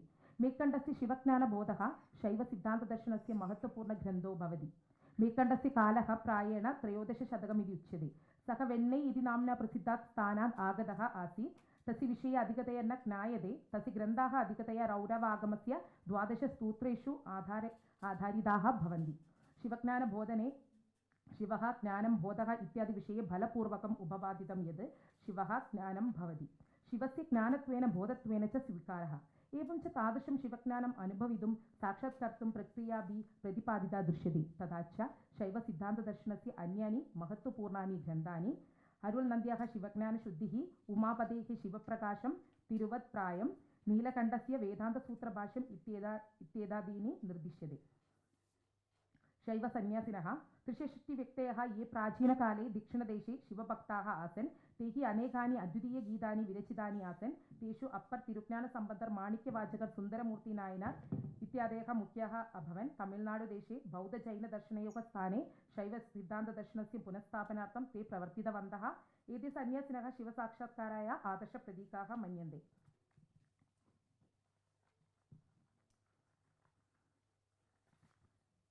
सामाजिक आन्दोलनं। यद्यपि दर्शनमिदं शिवोपासना सम्बन्धं वर्तते, तथापि अस्मिन् दर्शने महत्त्वपूर्णाः सामाजिकपरिवर्तनोपकारकाः आशयाः अन्तर्भूताः भवन्ति। विशेषतया शैवसिद्धान्तो न केवलम् आध्यात्मिक दार्शनिकरीत्या कार्यं कृतः, अपि तु सामाजिकसंस्कारे अपि महत्त्वपूर्णं भूमिकां निर्वहति। तमिळ् संस्कृतेः साहित्यपरम्परासु अपि दर्शनस्य अस्य अत्यन्तं योगदानं दृश्यते। शैवसिद्धान्तेन विशिष्य तमिळ्प्रदेशे वैदिकब्राह्मणादीनां तथा तत्कालीन सामाजिकसमत्वभावनां दूरीकरणे मुख्यभूमिका परिपालिता वर्तते। एवं च शैवदार्शनिकैः जातिवर्णलिङ्गभेदं विना शिवपूजायाः प्रचारः कृतः। तेषां सिद्धान्तमनुसृत्य सामाजिकपृष्ठभूमिं न दृष्ट्वा शिवभक्तेन कथं मोक्षः प्राप्तुं शक्यते इति अस्मिन् दर्शने वर्णितं विद्यते। शैवसिद्धान्तदर्शनं न केवलं धार्मिकरीत्या समाजे योगदानं विहितं, दक्षिणभारते शैवसिद्धान्तसम्बन्धिषु महत्त्वपूर्णेषु सामाजिक आन्दोलनेषु प्रमुखः भवति श्री शिवानन्दः। विंशतिशताब्द्यां तस्य नेतृत्वे आन्दोलनम् इदं सम्यक् रूपेण प्रवर्तितम्। आन्दोलने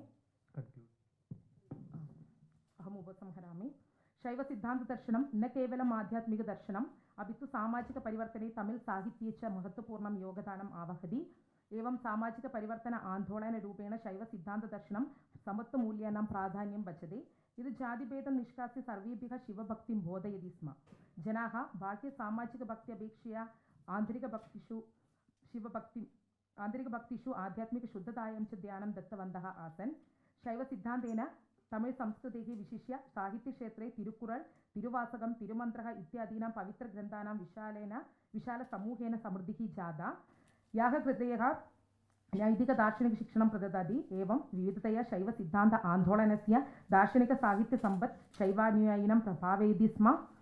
अर्थात् आध्यात्मिकता, साहित्यं, सामाजिकपरिवर्तनम् इत्यादि क्षेत्रेषु शैवसिद्धान्तदर्शनं सामाजिकरूपेण साहित्यसम्पत् रूपेण अद्यापि जीवितं प्रसिद्धं च समुलभ्यते इत्युक्त्वा विरमामि। धन्यवादः। Thank you, ma'am. Question answer? Anyone?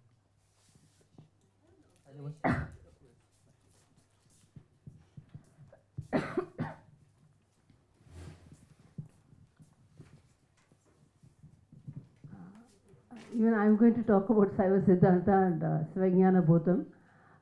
What I saw in the presentation is that, when you narrate the order of the Saiva Siddhanta literature, you are going back and forth.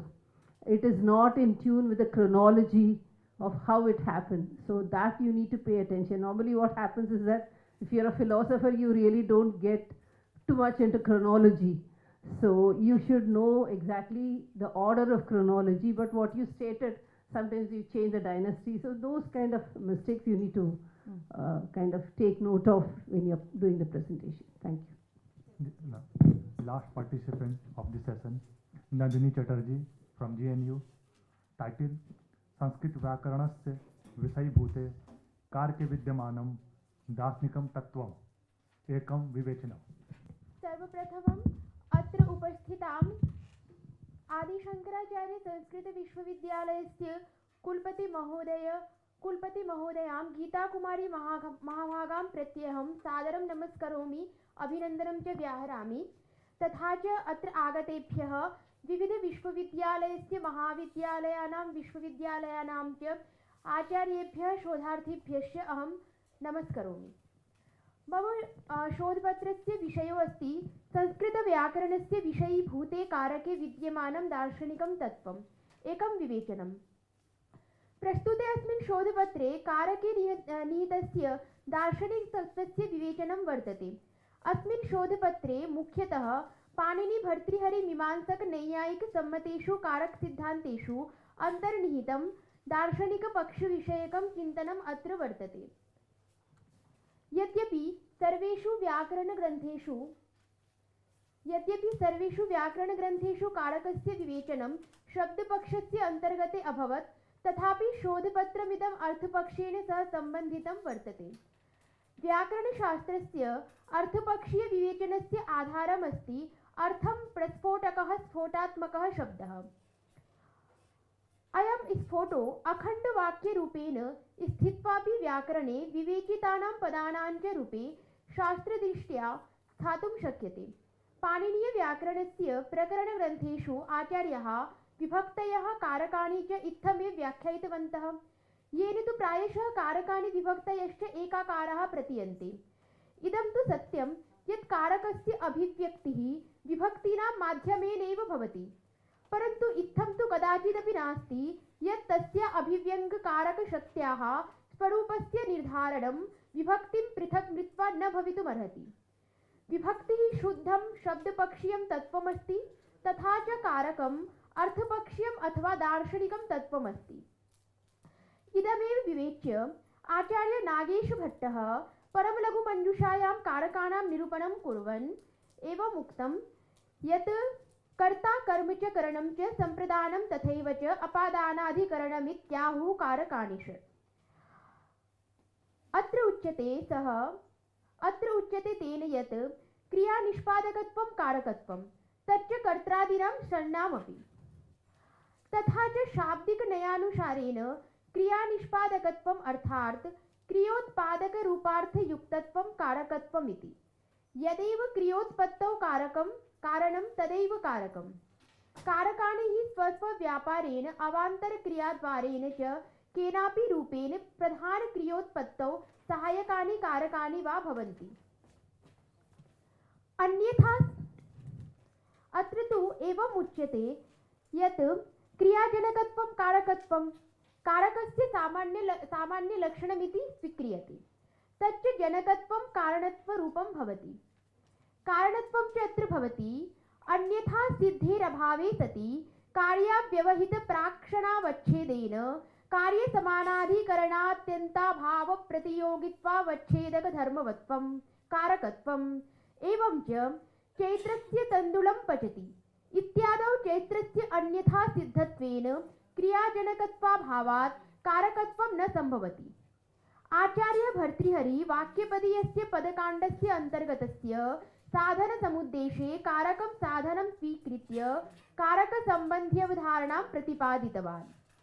कारकं वस्तुतः सूक्ष्मसम्बन्धरूपा अथवा अव्यक्तसम्बन्धरूपा द्रव्यस्य सा शक्तिरस्ति यां च विभक्तिः व्यक्तीकरोति। इत्थं च उभयोः कारकविभक्तयोर्मध्ये व्यञ्जकभावो वर्तते। कारकं व्यङ्ग्यमस्ति तर्हि विभक्तिः व्यञ्जकम्। परन्तु विषये अस्मिन् अयं नियमो नास्ति यत् विभक्तिः केवलं कारकमेव व्यक्तीकरोति अथवा कारकं केवलं विभक्त्या एव व्यक्ती भवति। अत्र अस्माकं समक्षे केचन शोधप्रश्नाः उपस्थिताः भवन्ति यत् कारकस्य अवधारणा शब्दपक्षीय अवधारणा वर्तते अथवा अर्थपक्षीय अवधारणा, तथा च कारकस्य दार्शनिकपक्षस्य आधारः कः, कारकभेदेषु विद्यमानं दार्शनिकं तत्त्वं कथम् उपगम्यते, सम्बन्धस्य शेषत्वविवक्षा सम्बोधनस्य कारकेतरत्वं च कथम् उपपद्यताम्, तथा च एतयोः दार्शनिकं तत्त्वं कथम् उपगम्यते। तर्हि एतेषामेव शोधप्रश्नानाम् अत्र विवेचनं कृत्वा मम मस्तिष्के एवम् आगतं यत् कथं कारके दार्शनिकतत्त्वस्य विवेचनं भवितुमर्हति। तर्हि इदमेव आलक्ष्य इदं शोधपत्रं मम विद्यते। सारांशः तु अहं पूर्वमेव उक्तवती। तत्पश्चात् अधुना तु किञ्चित् प्रस्तावनायाः अहं संक्षेपेण वर्णनम् अत्र करोमि यत् अत्र तु भारतीयपरम्परायां वैयाकरणानां भाषाविश्लेषणानुसारं तु आकाङ्क्षायोग्यता सन्निधिश्च युक्तानां पदानां समूहः वाक्यमिति कथ्यते। इदं तु वयं सर्वेपि जानीमः।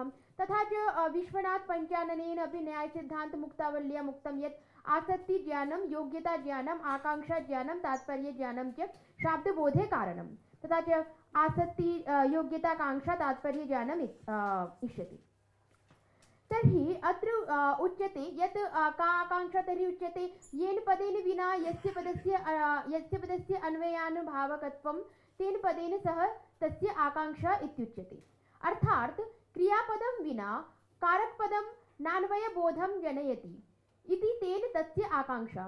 वस्तुतस्तु क्रियाकारकपदानां सन्निधानम् आसत्या चरितार्थं, परन्तु घटकमताबोधं प्रति घटपदोत्तरद्वितीयाकाङ्क्षाज्ञानं कारणं। तेन घटः कर्मत्वमानयं कृतिरित्यादौ न शाब्दबोधः।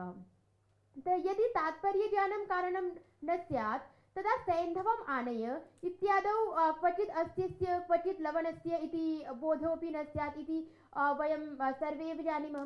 तत्पश्चात् तु एतानि पदानि पदार्थस्य बोधकानि भवन्ति। तथा च पदानाम् अस्या एव बोधिका शक्तेः कारणात् तेषां परस्परान्वयः भवति। शाब्दबोधे एकः पदार्थः अन्यपदार्थेन साकं संश्लिष्टो भूत्वा समन्वितार्थस्य बोधं कारयति इत्येव उक्तं व्युत्पत्तिवादनामके ग्रन्थे। तथा च व्याकरणस्य अर्थपक्षे चरमसत्तारूपेण अखण्डवाक्यस्फोटस्य अभ्युपगमो अभूत्। लक्ष्यस्य अवबोधनार्थं व्याकरणस्य पूर्णरूपेण शब्दपक्षीयविवेचनम् आवश्यकं वर्तते। तदनुसारं वर्णपदवाक्यानां विश्लेषणस्य क्षेत्रे व्याकरणशास्त्रद्वारा विविधानां विषयाणां विवेचनं क्रियते। एते विषया प्रकारकाः वर्गीकृताः, यत्तु वर्णविचारः, उच्चारणं, वर्णविभागः, वर्णविकारो अर्थात् संधि, पदविचारः, सुबन्तरूपमाला, तिङन्तरूपमाला, अव्ययं, स्त्रीप्रत्ययः, समासः, तद्धिताश्च, वाक्यविचारः, कारकाणि, विभक्तयश्च। मीमांसासूत्रे जैमिनी वाक्यलक्षणं कृतं यत् पदसमूहः यस्य नियतः कश्चित् एक एव अर्थो भवेत्, विश्लेषे च यस्य पदं साकांक्षं भवेत् तद् वाक्यम् इत्युच्यते। तथा च वार्तिककारः कात्यायनः वाक्यस्य लक्षणं कुर्वन् यत् अव्ययकारकविशेषणैश्च युक्तं क्रियापदं वाक्यम् इत्युच्यते। व्याकरणशास्त्रस्य अर्थपक्षविवेचनस्य आधारमस्ति अर्थं प्रस्फोटकः स्फोटात्मकः शब्दः। अयं स्फोटो अखण्डवाक्यरूपेण स्थित्वापि व्याकरणे विवेचितानां वर्णानां पदानां च रूपे शास्त्रदृष्ट्या स्थातुं शक्यते। यथा च परं लघुमञ्जूषायां नागेशभट्टः मुख्यतः वर्णपदवाक्यभेदेन स्फोटत्रयस्य विभागं करोति। तेषामपि त्रयाणां स्फोटानां जातिव्यक्तिभेदतया षट्धा विभाजनं क्रियते नागेशभट्टेन।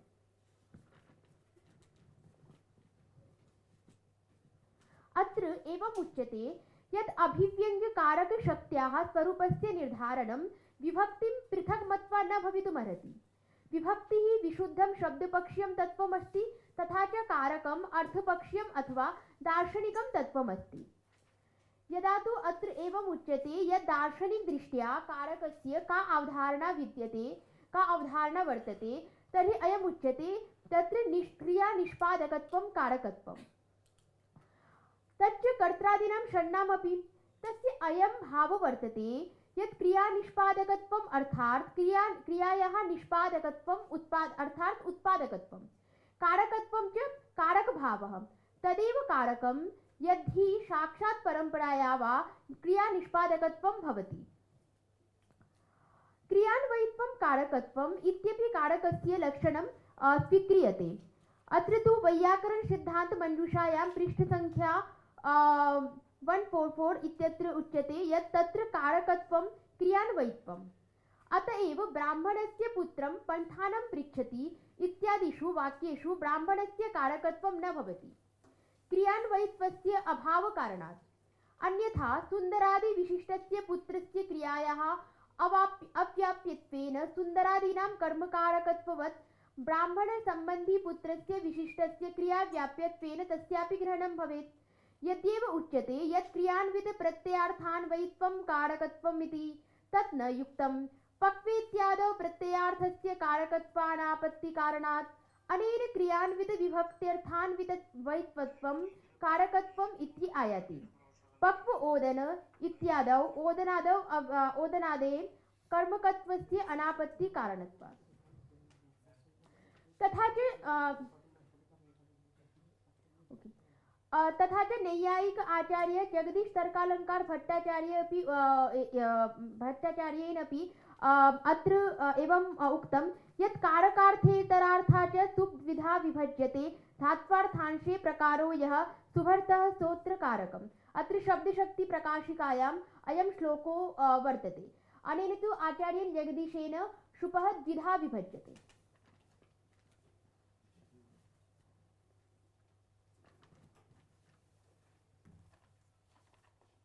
तत्पश्चात् यदा कर्ताकारकस्य दार्शनिकत्वम् अत्र उच्यते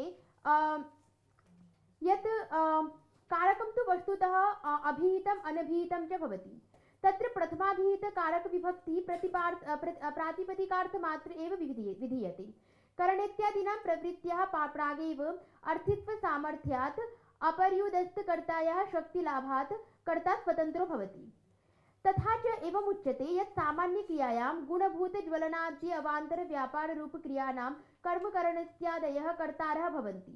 सामान्यक्रियायाः कर्त्रा तिरस्कृत सामान्यक्रियानिरूपितकर्तृत्वशक्तयः तिरस्कृतेषु सत्त्वपि सामान्यक्रियानिरूपितस्व कर्तृत्वशक्त्यां स्वकीयैः अवान्तरव्यापारैः समन्विताः भवन्ति। तथा च कर्मकारकत्वस्य दार्शनिकत्वविषये अत्र उच्यते यत् द्वितीयादयश्च सर्वाः विभक्तयः अनभिहिते कारके भवति। द्वितीयाद्यर्थश्च कर्मादिः षट्सु कारकेषु कर्तरि क्रियया सम्बन्धकरणे यत् इष्टतमं कारकं भवति तत् कर्म इत्युच्यते। तत् कर्म निवर्त्य विकार्य प्राप्य भेदैश्च त्रिप्रकारकं भवति। अत्र एवं यदा दार्शनिकविषयकं चिन्तनं वयं कुर्मः तर्हि एवं अस्माकं समक्षे आगच्छति यस्य उत्पद्यमानस्य घटादेः परिणामिनी प्रकृति यथा मृत्तिकादि उत्पत्ते पूर्वं वर्तेत अथवा कार्योत्पत्तेर्प्राक् न वर्तेत यथा च शब्दस्य संयोगादयः यथा च वेत्रस्य दलद्वयोर्विभागे सति शब्दो भवति सा शब्दस्य प्रकृतिर्वर्तते। तत्र प्रकृत्या सह यदा तस्य विवक्षा क्रियते सा कर्मविदः तत् कर्म निवर्त्यं कर्मेति निगदन्ति। अत्र एवम् उच्यते वाक्यपदीये आचार्य भर्तृहरिणा निवर्त्यं च विकार्यं च प्राप्यं चेति त्रिधा मतं तत्रेप्सिततमं कर्म चतुर्धान्यत्तु कल्पितम्।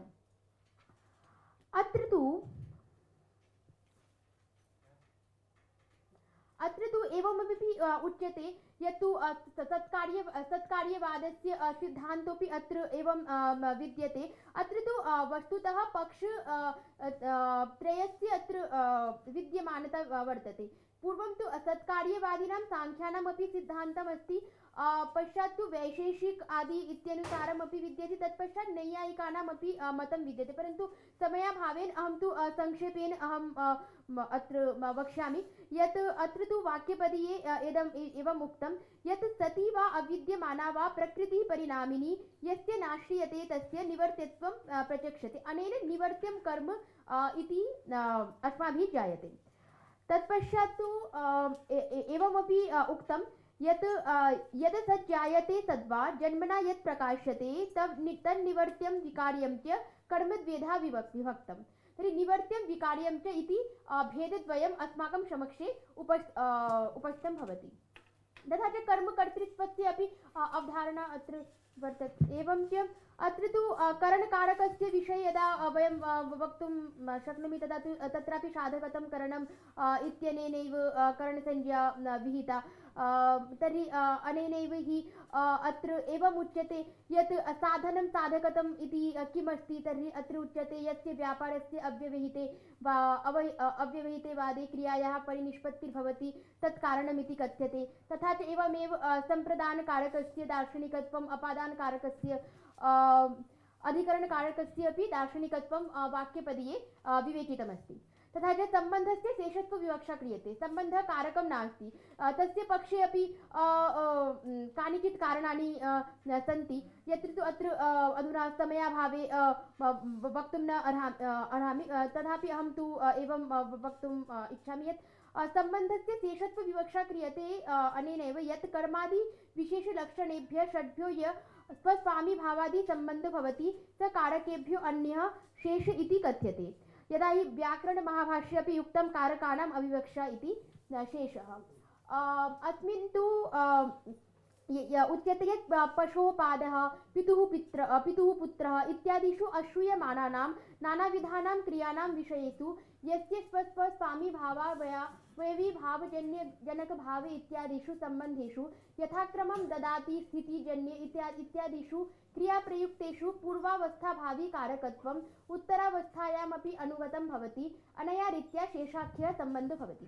तथा च सम्बोधनस्य अपि कारकेतरत्वम् अत्र विधीयते यत् परिनिष्पन्नरूपस्य तु न तु निष्पद्यमानरूपस्य तत् क्रियायां प्रवर्तनार्थं यत् अभिमुखीकरणं तावन्मात्रं सम्बोधनं प्रातिपदिकार्थाधिकं रूपम्। अत्र एवं निष्कर्षः उपसंहारयामि अधुना। सामान्यतः कारकशब्दस्य शाब्दिको अर्थः भवति क्रियायाः सम्पादकत्वं कारकत्वं। कारकमात्रं क्रियायाः अन्वयिता भवति। कारकस्य अथवा वाक्यगतपदानां क्रियारूपेण सार्धम् अन्वयः क्रियारूपगतव्याकरणिकमूल्येषु आश्रितो भवति। यतोहि अत्र उक्तं लघुशब्देन्दुशेखरे यत् साक्षात् क्रियान्वयित्वं कारकत्वं। क्रिया एकः व्यापारो वर्तते। यद्यपि वाक्ये क्रियायाः अर्थात् व्यापारस्य अन्यपदैः सार्धं सामञ्जस्य स्थापनं कारकता कथ्यते। सर्वप्रथम वाक्यपदीय एव कारकतत्त्वचिन्तनस्य दार्शनिकं रूपं अस्माभिः प्राप्तम्। तथा च उच्यते अष्टाध्याय्यां समानकर्तृकयोः पूर्वकालित्वात् तथा च हरतेर्धृतिनाथयोः पशौ इत्यत्र समानकर्तृकयोः पशौ कर्तरि च इति विहितौ स्तः।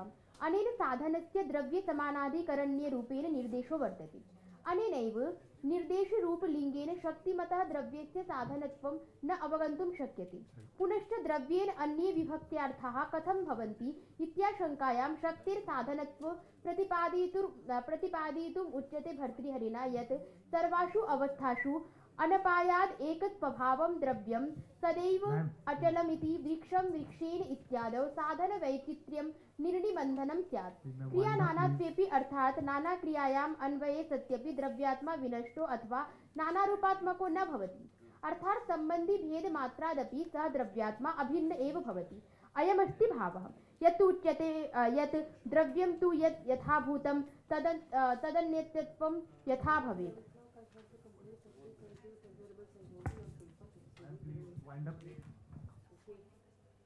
अर्थात् अनेन द्रव्यस्य ध्रुवत्वं सिद्धत्वम् इति।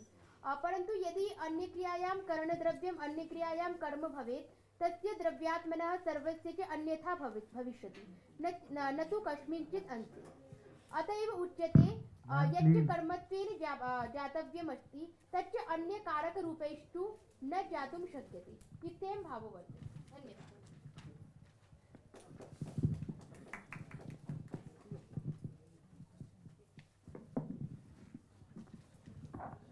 Dear friends, I have to complete this session within 11 o'clock. That is that time give to me.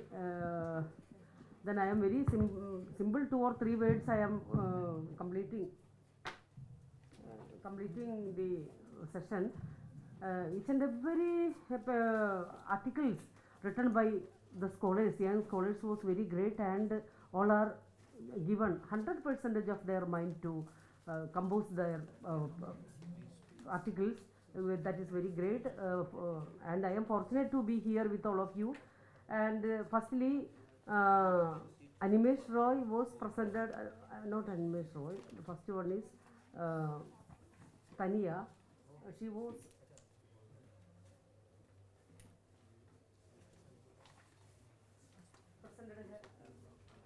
I have presented her paper. That was Upanishatsu Jagat Srishti. Then we know that in Mundaka Upanishad, that is Yadhornana Abhisrjade Ranadecha.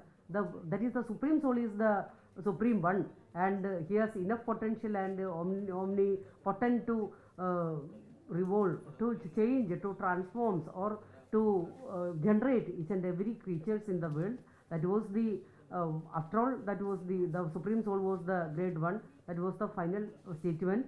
And Dwapamudra Goswami was not there, and Devjyoti Kundu, he was very energetic and young, enthusiastic young scholar of India. I think that because he can do more contribution. All of them are like that. I am saying that. And Siddhanta Bindu Kashiga Ritya, how he Madhusudana Saraswati's Siddhanta Bindu, that was his focused area. And Atma Tattva Pratibhadana, how was the Atma Tattva was defined in that.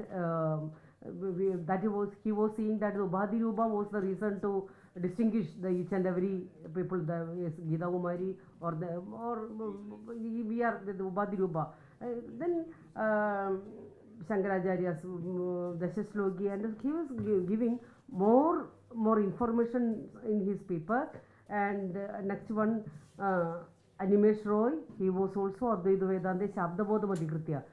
We know that Padaknanam tu Karnam Dwaram Tatra Padarthadihi, though the verbal testimony was very important to get the valid knowledge.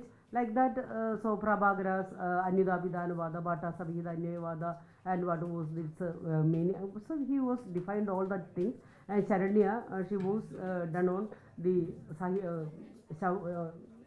Shaiva Siddhanta Madhikritya.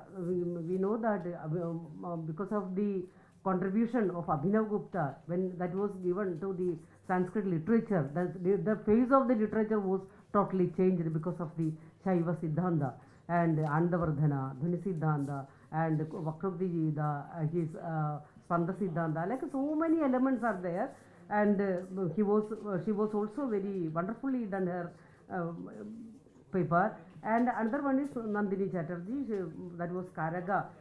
We know that in the 1920s, our great Ferdinand de Saussure was nature of the Bhagavad Gita. Theodore has done lifelong work on Bhagavad Gita. Recently, his English book on Bhagavad Gita has been translated into Hindi, and it has come out. Yes, yes, it was released. So I think he's also now released of that topic. So not totally released of. No, I want to be released, but I'm still here. Yes, yes. Let's start. Thank you very much, friends and colleagues. The paper is a little, perhaps too long, so I'll just start, and whenever you stop me, we'll see how it goes. The Bhagavad Gita is one of the triple foundations of Vedanta, known as Prasthanatrayi, along with Brahma Sutra and the Upanishads. Vedanta is the basis for the mainstream of the Indian philosophical and mystical tradition, which refers to it as its source and ultimate authority. The present paper is engaged with the concept of Vedantic knowledge, or jnana, in the Gita. This type of knowledge is generally considered intuitive, psychological, and mystical, and as such non-philosophical, i.e. devoid of a rational structure. Recurring argument as to why the Upanishads might not be considered philosophy is that they do not contain a unified or systematic position.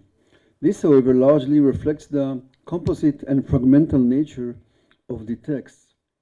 Moreover, the teachers portrayed in the Upanishads do not seem to make linear arguments that start with premises and build to larger conclusions, but rather tend to make points through analogies and metaphors, with many core ideas presented as truth or insights known to particular teachers, not as logical propositions that can be independently verified. However, although the Gita is indeed an integral part of the Vedanta tradition, it is also unique in that, as opposed to the two other components of the Prasthanatrayi, i.e. the Upanishads and the Brahma Sutra, it develops the humanistic realm and is deeply grounded in Dharma. Also, as Van Buitenen surmises, it may be this universal acceptance of the revelatory relevance of the Gita that makes it so unique.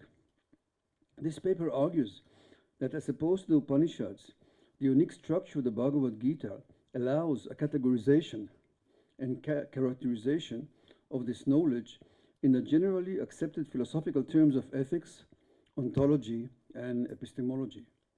Moreover, this paper argues that the Gita's concept of jnana, or knowledge, is systematic and unified, but as opposed to the generally accepted philosophical practice, which makes linear arguments which start with premises and build to larger conclusions.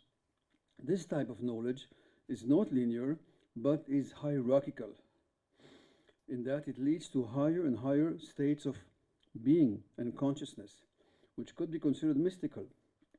Moreover, the Gita has its own epistemic system, according to which it differentiates philosophical knowledge based upon linear arguments from mystical knowledge, which is considered in different terms.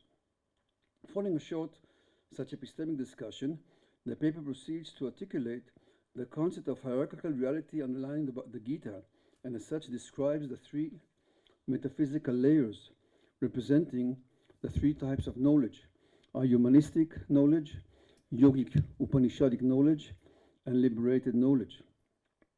The three-story model reveals the unique Vedantic structure of the Gita, along with the ethical ladder described elsewhere, and comprises the three-story house model representing the structure of the Gita.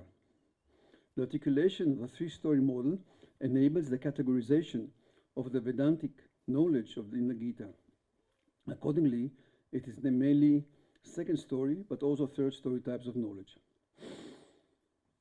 Before looking into the structure of the Vedantic knowledge, a brief discussion of the Gita's epistemology is offered. Epistemology is engaged with the theory of knowledge, especially with regard to its methods, validity, and scope. The Gita has its own epistemological assumptions differentiating mystical or sattvic and argumentative or rajasic categories of knowledge. And I quote from the 18th chapter, verses 20 and 21. Know that knowledge to be of the nature of goodness, sattva, through which one sees a single imperishable reality in all beings, unified in the diversified. 21. Know that knowledge to be of the nature of passion, through which one sees through the division a variegated reality of many sorts in all beings. End quote. Apparently, the first category of knowledge, which is defined as sattvic or transparent, is the mystical category, referring to the Upanishadic type of knowledge. This type of knowledge is characterized by seeing a single, imperishable reality in all beings, unified in the diversified.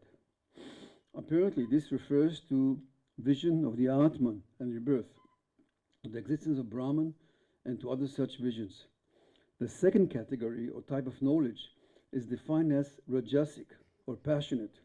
This type of knowledge is characterized by seeing through division a variegated reality of many sorts in all beings. Apparently, this vision of variegated reality underlies the philosophical argumentative method, making linear arguments that start with premises and build to larger conclusions. The conclusion of this short discussion is that it is indeed true that the mystical type of knowledge is not based upon arguments and counter-arguments. As from the Gita's point of view, argumentative knowledge is a lower type of knowledge based upon a variegated perception of reality as opposed to a unified one. Skip a little. The question may be raised, how can this non-argumentative Vedantic knowledge be categorized or defined? In general, the Upanishadic texts were often called rahasya or secret, as they were supposed to be learned only by specially selected students, which explains their often less well-preserved state of transmission. These deal with the eternal problems of humankind. That is, where do we come from? Why we are here? Where do we go? In other words, the nature of the body and soul, their fate after death, and their position in the universe. Klaus Klostermaier considers it very difficult to express Vedantic knowledge or the way leading to it, as knowledge and way in the Indian understanding have stages, not set side by side, but within each other, in depth, within consciousness itself.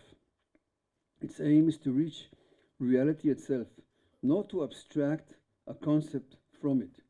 This means the training not only of the mind, but the development of a lifestyle of inwardness, within which life then develops in a new way, whose knowledge is simply incommensurable with the knowledge achieved through sense perception and abstraction from it.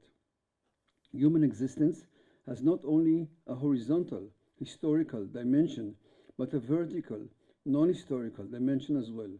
To cope with actual human existence, this movement toward the center, the attainment of a level of consciousness of the self, is indispensable.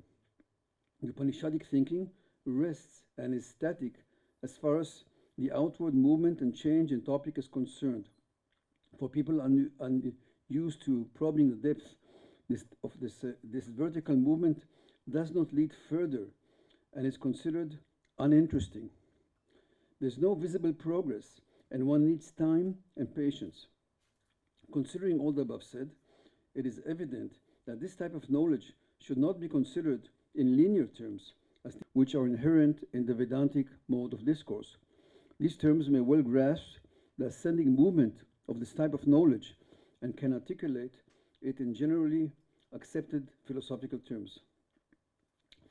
This idea of reality divided into grades, some of them being obscured and concealed and not perceived by the senses, or perhaps perceived but given a different interpretation, is at the heart of the Vedantic mysticism.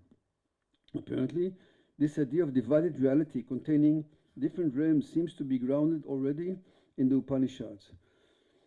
According to Brian Black, in its earliest textual context, the word Upanishad takes on a meaning similar to Bandhu, describing a connection between things, often presented in hierarchical relationship. In this context, Upanishad designates equivalence between components of different realms of reality that were not considered to be observable by the senses, but remain concealed and obscured, and required special knowledge or understanding. Shlomo Biderman recognized two principal metaphysical positions in Indian philosophy, which he designates as direct, realistic, and hierarchical. These two positions differ by their perception of reality. The former considers reality to be unified, whereas the latter considers reality to contain differing levels or tiers. Moreover, these tiers, levels, or stories are designated as lower and higher, apparently taking the supreme reality of Brahman as the reference point. The closer the perception is to Brahman, the higher it is. The direct realistic position assumes that reality is unified, that is, does not contain divisions or layers, and as such, it is subject to direct human recognition and should not be submitted to different interpretations. The hierarchical position assumes that reality is not unified, rather it contains differing levels or tiers. As such, there is a higher, superior reality and a lower or inferior reality, and one must distinguish between absolute and relative reality. The concept of hierarchical reality containing different realms do not observable by the senses, but requiring special knowledge or understanding, is rooted not only in the Vedantic tradition, but in the yoga tradition as well. Let me skip a little. Yeah, I want to go to my 5 minutes. Okay, I'll say a few words about the three-story house. Now I want to speak about my three-story house model. Van Buitenen draws a clear distinction between Dharma values and moksha values in Indian thought.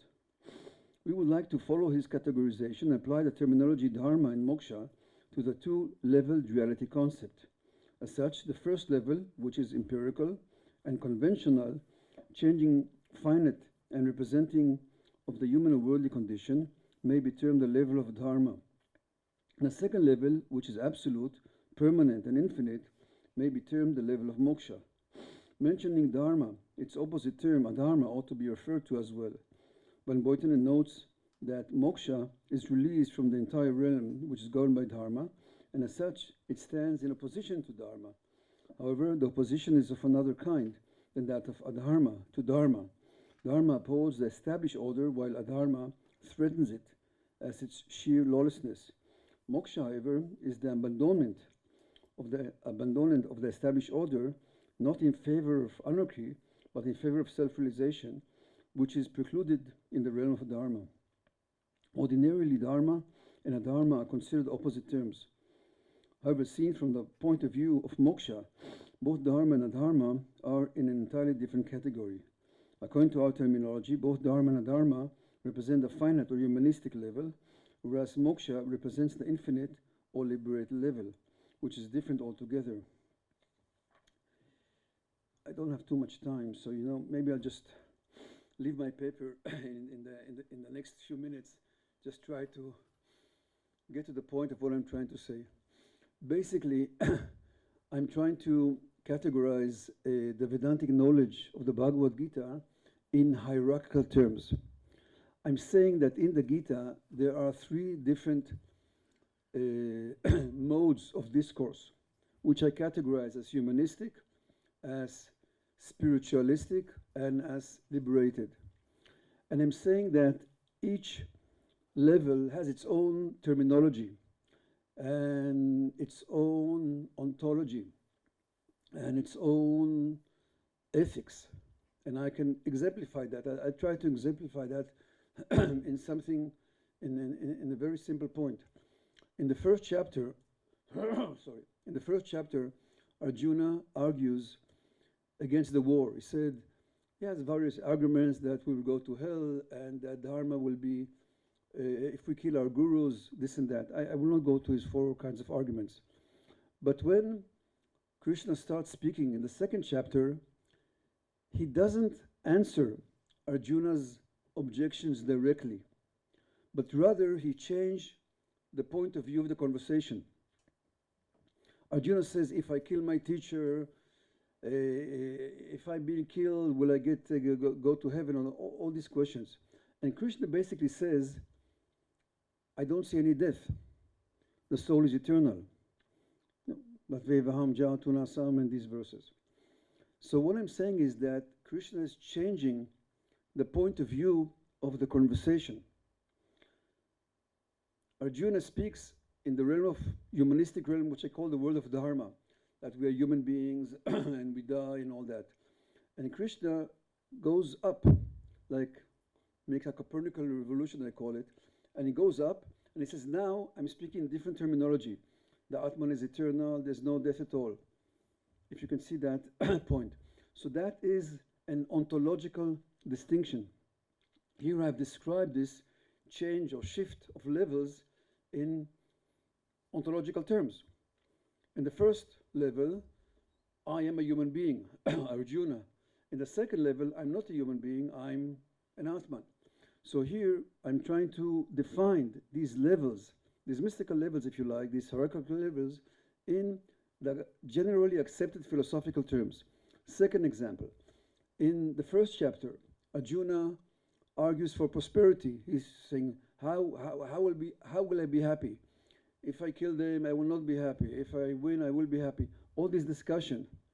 So the underlying ethical principle of the humanistic level is prosperity, that we should be happy and prosperous. Second level ethics are different. This is samatva. This is equal-minded, if you see the point. So here we have a brief, try to demonstrate a brief example of a shift of levels and characterize them by ontology and ethics, which are basically generally accepted philosophical terms. Anyhow, I'll conclude here. Basically, I'm dividing the language of the Bhagavad Gita into three levels. And I'm arguing that each level has its own ontology, ethics, and epistemology. And once one can recognize the three different levels, then the Gita starts to make sense. There's another limb, which I will not discuss here, and this is the ladder. I just mentioned briefly that you all probably know the Patanjali's famous Yama Niyama Yoga Sutra ladder. So the Gita also has a ladder, and that's a karma yoga ladder. But that's a different discussion, which I will not go into here. So I'll stop here, and thank you very much. Questions for Theodore?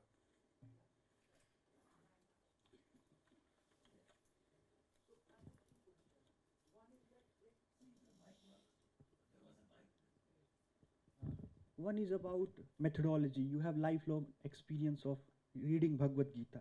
Like which methodology you have employed to interpret Bhagavad Gita in that particular sense which you have just described?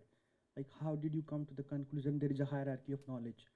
Like whether you have employed Tantra Yukti or the hermeneutic one or any other one.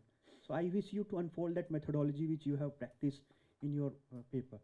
And the second one is about like whether we can employ the different levels ethics on another level. Like can we employ the ethics of yogic level to the practical level? Like suppose if you are saying that at the yogic level the ethics is about samatva, yogika. Like can we employ that particular ethics of samatva on the practical level where you are claiming that it is about prosperity and happiness? What would happen then? Like would it be practical to employ or not? Because there are some schools like Stoicism. They are also of the view that we can become samatva, we can become some sort of stoic at the practical level. So what would happen if we employ the ethics of another level at first level or second level? Yeah. Thank you very much. As far as methodology, I try to argue here that this idea of hierarchical reality is a generally accepted feature of Vedantic knowledge. It's not something which I invent. That was my argument. I put actually Shlomo Biderman and others who speaks about these levels. I think my contribution here is that I'm adding a third level. I mean, not only the humanistic and the moksha, but one in between, which is the level of yoga, I call it. So that's basically, I think I'm developing things which are accepted. When I came up with this idea, and I think I presented it first in that Dartmouth conference 2006, I thought it's very simple. Kind of a thing, it's something simple which everyone can grasp, but it just becomes more and more complicated. So now I'm publishing a book called The Philosophy of the Bhagavad Gita with Cambridge University Press, supposed to come up in a few months, hopefully. And I elaborate that. That book is different than the one we just launched. That book is thematic. I mean, one chapter on Dharma, one chapter on yoga, one chapter on jnana, which is actually part of this paper. He has a second question about can you apply the ethics of one of the levels to the another level? That was his Simply saying yes, but it's a shift of point of view. It's a shift of a point of view. I mean, the ontology is you can apply samatva in a dharmic level, but that would be from a different point of view, because you will still consider yourself human, maybe well-behaved human. But if you're actually on the second level, you will not consider yourself any more human. You will be detached. Just like you were saying yesterday in your keynote speech, that this body is not mine, this paper is not mine, time is not mine, my ideas are not mine. So that's a deeper point of view of detachment from my body, from my words, my ideas. Even these ideas are not mine. I mean, I just gathered them from different sources and arranged them a little differently. I didn't invent any of these ideas.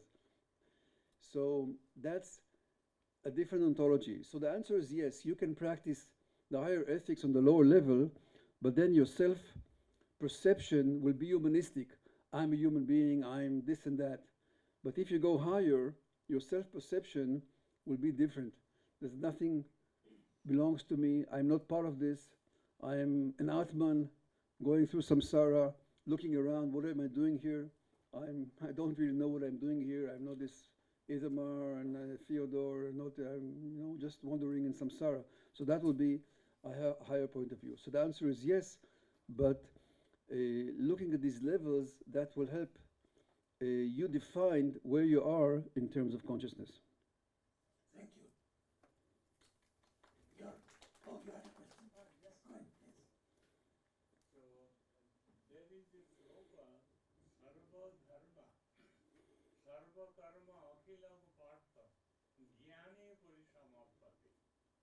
All karmas culminates in knowledge. But in Bhagavad Gita, you will see, starts with knowledge, then karma. How do you justify? Well, when I articulate the structure of the Bhagavad Gita, I'm very clear about this first story, this humanistic level. Then when it comes to the second level, the level of yoga, I call it, you have different paths. You can go through karma yoga and progress, and also through jnana yoga and progress. These are parallel paths, and different people progress in different paths, but all ascend up towards moksha eventually. So my answer is parallel. I mean, the Bhagavad Gita emphasizes karma yoga, of course. We know karmani, evadikaraste, and so forth, and then it goes all the way up and develops into bhakti. And it depends upon your point of view. If you're more of a dualist, probably you'll emphasize karma and then bhakti. If you're more of an Advaitin, probably you'll emphasize jnana. I give respect to both approaches. I can see that some people go through this and some people go through that. Now the time belongs to Balram Singh. Thank you. Thank you very much. I will tell a little bit more story about who's arm twisting whom, about Vedanta Congress maybe sometime this evening. but I would like to talk about this. Has written in Harvard. Sukalyanji, remember the name? The guy who has written about. It's in there. Let me read. Samuel Huntington. Everybody these days try to write a world order, and I see here Professor Arvind Chakrabarti also wrote an world order yesterday.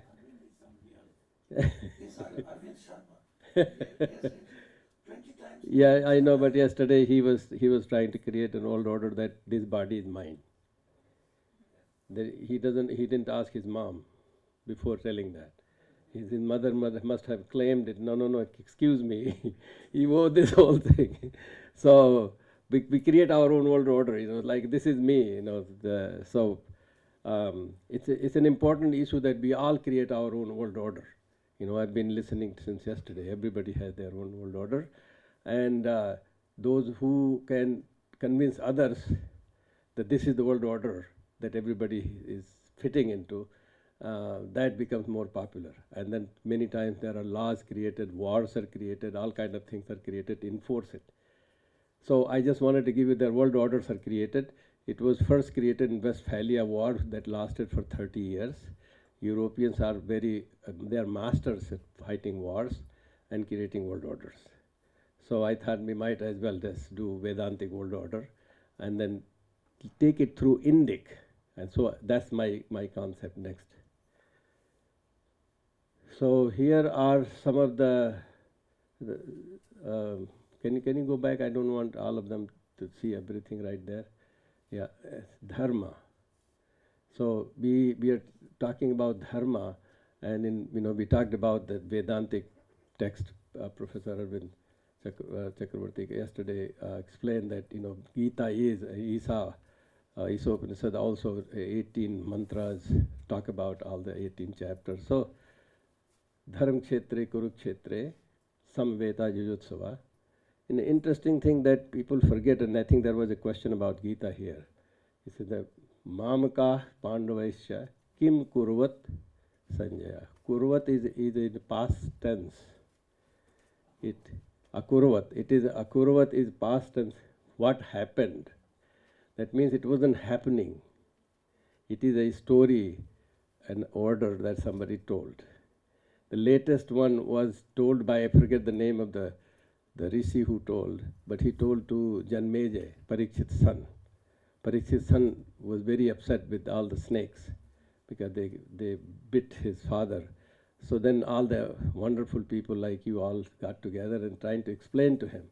And then they told the story of the whole Mahabharata. And that Gita comes from there. So it wasn't happening. Most people think that, Dhritarashtra was sitting there and Sanjay was narrating, looking at the videography and other kind of stuff. That wasn't really happening. It's just a story that has been created.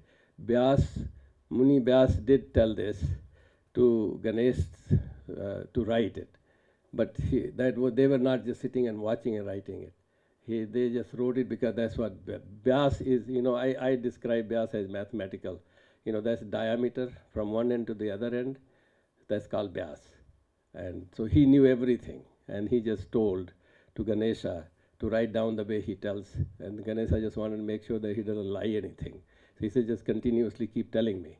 If you stop, then I know you're thinking about something else. So, so that's how the story has come. So that is what dharma means, Dharm Kshetre, where we are talking about. And the rest of it is, please, next. It talks about ahimsa paramo dharma, very commonly said. And then somebody says, dharmam himsa tathaivacha, which is not in Mahabharata. So, but ahimsa paramo dharma, I try to create my own world order by saying, it does not mean, ahimsa does not mean non-violence. It means non-violation. Dharma can never be violated. That's what it is. So whether it's Gandhi or it's Yudhishthir, supposedly followers of non-violence, but both of them really had vowed to resort to violence if it came to defending honors. So if you consider this to be non-violation, that fits so much better. And then, yeah, next one, please. And then you see here Bhagwan Krishna talking about various aspects. Can I'm having difficulty reading. Yeah, that will be great. Yeah, I can just do that. So the world order is Mahabharat was a world creation of world order. It says yada yada hi dharmasya glanir bhavati bharata abhyutthanam adharmasya tadatmanam sajamyam. To create a new order, you need to have adharma. So right now, if you think that a lot of adharma is going on, that means a new world order is in order. And then we should be looking forward to that. This is also the body, even though I think Professor Chakrabarti was talking yesterday, this body belongs to us, at least to do things, yes. Says sarira madhyam khalu dharma sadhanam. If you want to do dharma, this body can do any and every sadhana of dharma. But interesting thing is, he was also talking Isa vasa idam sarvam kinchit jagatyam jagat ten takten bhunjita magridha. I don't have really, initially I thought I was going to just talk about that because I was so inspired by his presentation, but then I was told that he was not going to chair my session, so I kind of changed my topics. But now I'm bringing a little bit of this. If I'm from a village, I really have seen a vulture. The vultures wait for people to die or the animals to die. That is an aspect that's very important. It's just not the greed. It is that they are anticipating the future. In a way, they have very long vision also. The vultures have. So it will be very interesting to explain here. But I just want to talk about Isavasya. And he very beautifully, he said that everything is 3-4 ways that we are wrapped around with the Isa. And what is that Isa? It's very important to know. Yes, he explained how we are wrapped around it, but did not explain what is Isa. Isa, according to Patanjali Yoga Sutra, Klesa Karm Vipaka Asaya Aparamristha Purus Visesa Iswara. So Iswar has been defined. It is in, you can use your body and practice yoga, and you can get to the state of Iswara and understanding of it. Which is basically says that if you don't have karma phala, you don't have klesa and karma phala, you're not affected by that, you are Ishvara. But most interesting is that is for Indic culture is very important. It says, Shauryam tejo dhritir daksham juddhe chapya palayanam danam Ishwara bhavasya chhatra karam svabhavajam. So it's very clearly written that somebody can be Ishwara, that's Kshatriyas. The moment you start practicing Kshatriyas, which means you don't care about your body, you only care about dharma. And dharma is to be able to remove injustice against anybody. Anybody. It's not just only Hindus, it's not only animals, it's not only humans, anybody. That's Iswara, because that means it's treating everyone the same. So there is a way to move forward to this Isavasya idam, that you can have from Patanjali Yoga Sutra as well as from Bhagavad Gita, you know what Isa is, and each one of us can be that one. It's very important to remember. Now, rest of it is dharma, is padartha, according to Vaisesic philosophy. It's beautiful for me as a scientist to get to know this and use this for my science. This is so integrated, interactive. If you change this dravya, quality changes, action changes, everything else changes. And I'm just going to give an example after this slide. So the dravya itself has 9 elements, and that has mind in it and Atman in it, which normally scientists don't get to understand, even physicians don't. But I was really very fascinated with this idea of space and time. As a chemist, nothing happens if you change the space, which means concentration, and nothing happens, there is no science. And if you wait for something and nothing happens with time, there is no science. For chemists, science is space and time. And one example that I worked with for the last 37 years, botulinum neurotoxin, which most commonly people know as a Botox. It is the most toxic substance, 100 billion times more toxic than cyanide, 5 million times more toxic than cobra toxin. And it makes your face beautiful. If you use 1,000 times less, then, so 1,000 times less is picograms. 1 billionth of a gram is a picogram, makes your face look good. And then if you increase that by 1,000 times, which means 1,000,000 times, 1 millionth of a gram, you will be in the hospital. And for 6 months, more than COVID. So that just shows the space, the idea of space. That is true uniformly. This office that I'm showing below, you can't see really very nicely.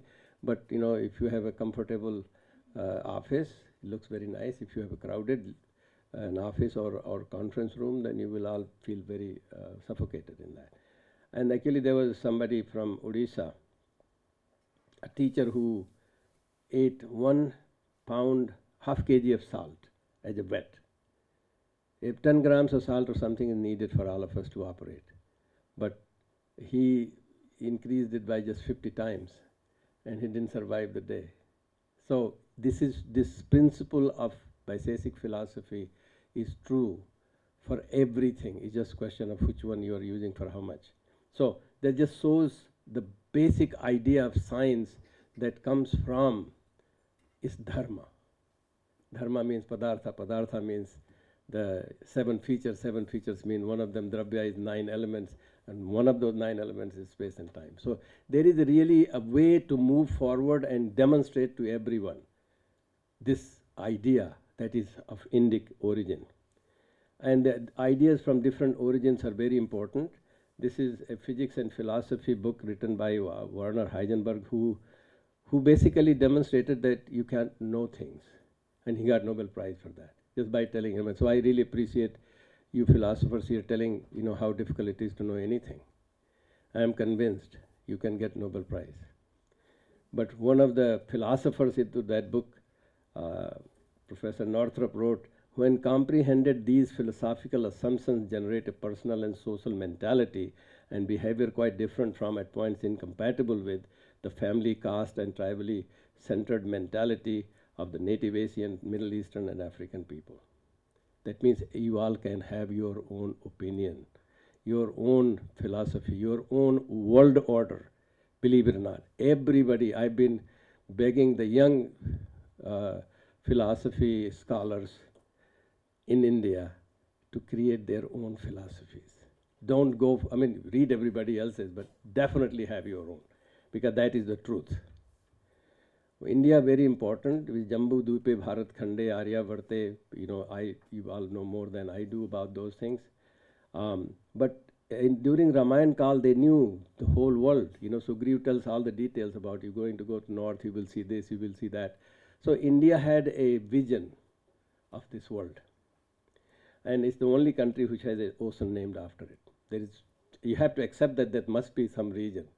I don't think we named ourselves. Other people named it, Indian Ocean. So it's already a recognition. There are texts written in this world, and there are manuscripts, there are catalogs of books, and there are catalogs of catalogs. India has the largest number of catalogs of catalogs. That means that you are very productive. Because of the Prakriti, because of indigenous nature, because of the investigation that people do and research after research after research, and then they make it organized, which is a scientific way of looking at things, and then of course they express. And then these days, which I think is badly done, is the translation. The translations have to be done properly, and translations have to be done by those people who practice things. India also has very interesting geography. It's surrounded by, on the north, surrounded by Himalayas, and all the cold airs during the ice age come from north. And that's the only country that gets blocked. No other country in this world. Every other country has to suffer. And it has an effect. India also, and that how this happened, it happened because of tectonic movements about 71 million years. So it is, if you really want to say that God made country, yes, God made country. There is no other country like this. You are very lucky to be born. We are very lucky to be born here. And believe it or not, everybody else, I'm just going to skip that. You probably all know about Agam and Nigam. I'm just going to skip this. I wanted to talk about that, the old order, how people create. Bible has Trinity. So they create, believe it or not, a government which is according to them. The executive branch gives punishment. Legislative branch, you can connect and maybe get forgiveness. And then people who are really powerful people. So the God, the Son, and the Holy Spirit is the system that they are running. Have we done anything like that, Trinity? We have Trinity. We have creators. We have the causal world. We have the subtle world. And we have the physical world. Have we created anything? No, we haven't created. We are very happy to have the largest democracy in the world. And largest, believe it or not, largest constitution also. Americans have the smallest constitution. And they copied it from Iroquois tribe in America. So very simple, but we are very sophisticated. We sophisticate ourselves so much that we don't understand our own self. The idea of city versus village is a very interesting one. I'm going to, again, in the interest of time, going to skip that because some of you probably know a lot more about these things. But at least there were the classes, warrior class, worker class, and all that. The Varna system of some kind, much less sophisticated, more imposed, was in the Western world also, particularly in ancient Greek. We have the Varna system, which is the Praja system. I think there will be a presentation tomorrow by Dr. Aparna Dhir on this whole Praja system. But it should not be, I mean, obviously it's badly practiced. There's no question about it. Badly practiced. But if it's properly practiced, it'll be the heaven for everyone. By the way, I do have a chooseyourownheaven.com initiative in which I'm promising everybody money back guarantee, $99, you go to heaven. Any one of you are interested, please let me know. $99, if you don't go to heaven, come back and take your money. Well, it's okay for you maybe. Money back guarantee, because after death there is nothing but heaven. All this pain is only here in this body. Chaturvarnya Maya Srishtam Gunakarma Vibhagasa, you all know, but what I want to talk about, Paricharyatmakam Karma Sudrasya Piswabhavjam. I got 5 more minutes. Nataraju, for $10 you can go to Hawaii. Better than heaven. Now, it's an interesting thing I want to tell here is Sudrasi Apiswabhavjam. Sudra also has the nature of serving. Everybody else is also only for serving. Those who sit there as, I am a Brahmin, please do all the seva to me, is completely not following any of this, Vedantics. There are Vishwakarma, Praja, Prajapati, these are all supposed to be Sudras. So this world is really built by Sudras. They are the constructionists of all this. And there is a way that knowledge comes, that for sure, you know, that you have to do the Vedantic way, which is like yoga, all kind of yoga that the Bhagavad Gita talks about. And it constructs scientific as well as philosophical meanings. And then this creates social structure or technology on the other side. And those both are very important. And then you create socio-religious management, which is what the religious people, and maybe some of philosophical people also might be contributing to that. And that is what actually causes the socio-political economic thing that we are dealing with right now. I'm going to skip this. This is a very wonderful idea. I think Anuja is somewhere here. She's finished her degree in communication. And we wrote how we can have Panchakosa system to communicate with each other. And that Panchakosa system has to be awakened. So I'm just going to, I'm sorry, I'm going to skip because I've been given notice of my timing. But you probably will understand. I mean, what I like to propose to International Commission on Dharmic Ethics of War for Human Development. It should be proposed into United Nations. I'm going to skip again Baikari, Madhyama, Pashyanti and Para. Perfect interaction with the Annamaya course. So Annamaya course is more important than we just keep talking and writing a lot of papers and all that. Is really not as effective. That also will be upcoming. If you do yoga, you Chitrabritti Nirodha, then you have to do the struggles tapa. Then do Swadhyaya doesn't mean you read book by yourself, but read yourself to understand Swadharma and Swabhav. Once you have that Swabhav and Swadharma, then you become Swasth, which means you are healthy. If you know yourself, then only you are healthy. And the rest of it is after that, whatever Swakarma you want to do, you want to create equality, equal right, appropriate results and all that is coming only after that. And that is what the Karmande Vadikaraste Ma Phalesu Kadachan. Karmande in this one is not the action in my definition. Karm is the goal. You set the goal. Adhikar means to do adhikarya. The action is adhikari. The kriya comes from there. And that is a very important, very scientific way of looking at it. India's constitution, the only constitution, has Article 51A saying that it is the duty of every human being to develop a scientific temper. You can question anybody and everybody, and that is very important, I think. So, from there, I think you get to Kartavya. Here is my model for this Indic world order through Vedantic world order. I already talked about from Big Bang theory, from Akash Tattva to Prithvi Tattva, that whole development, and then you have this whole earth that we are living on, the time cycle on Yuga, which goes through this international vehicle of mismanagement, creating all kind of philosophy, and then I think I like it to be developed into darshan. And psychology, sociology, and every other field can be understood only through meditation to integrate it. And when you can integrate it, then you create a science called Ayurveda that lets you live naturally without having to spend money on it. Actually, Ayurveda people are not supposed to take a single penny. But these days it's a big business. Once you are on top of that, on the world, then you understand completely. And that is the Indic through Vedantic world order. If we were able to get to this and study it all this, we will be able to see. I think I have a couple more, one more minute. And yoga is a big business in case you wanted to do that. This is my own daughter, although she's not making money. She is assistant professor, but sometimes I'm one of those people who participates with her. That's she.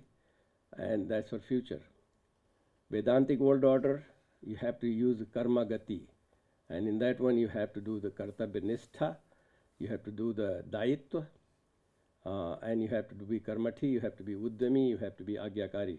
Agyakari is very important. Please listen to your parents, because they have given your DNA, and the DNA, I told my daughter, it'll cost her $160 million if she needed to pay for it. And since then, she's listening to me. That's Pitrarin. So, thank you for your time. What I want you to feel the approach is that you should be bodily Kshatriya, ethereally Kshatriya, mental Kshatriya, intellectual Kshatriya, academic Kshatriya, educational Kshatriya, and spiritual Kshatriya. That's the only Isavas. That's the only Varna that has been given Iswaratva. So, but there is, it's not like just claiming. My last name is Singh, and you can imagine that I come from by birth, but I am really a Sudra by my practice. I'm very good at biotechnology, and I consider that to be a Sudra. Action. So, once you are getting there, you will be able to transcend the whole world. Thank you very much.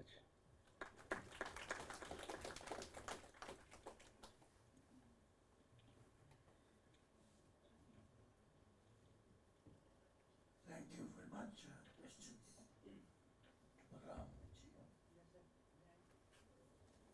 You've been asking first question always. Is there anybody else? Question to him? If not, then. No, somebody on the back. Actually, thank you for your presentation.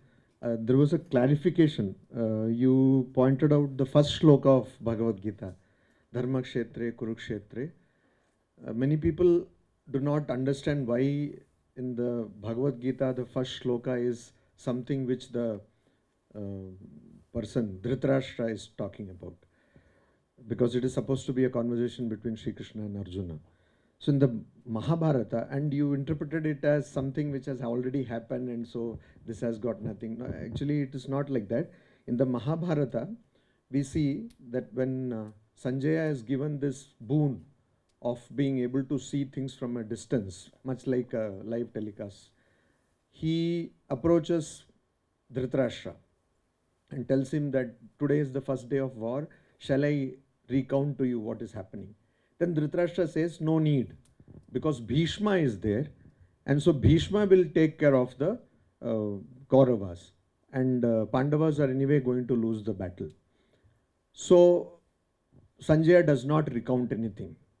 But on the 10th day, when Bhishma is laid down on a bed of arrows, in the evening, Sanjaya, after the war is over, he goes to the court and tells the king, that is Dhritarashtra, that this is what happened today. And as a response to that information, this shloka comes. That what did my people, and there that my denotes the attachment Dhritarashtra has got. What did Mama Kaha, what did my people do such a big error that even Bhishma had to fall down? And what great warriorship did Pandavas show? And that is why that did comes. Because this Bhagavad Gita is a flashback on the 10th day, after the 10th day of the war is over. So that is that I wanted to just clarify. Thank you. Thank you. Yeah, I thought it is a story that is recounting. So that's true. Very true. Thank you.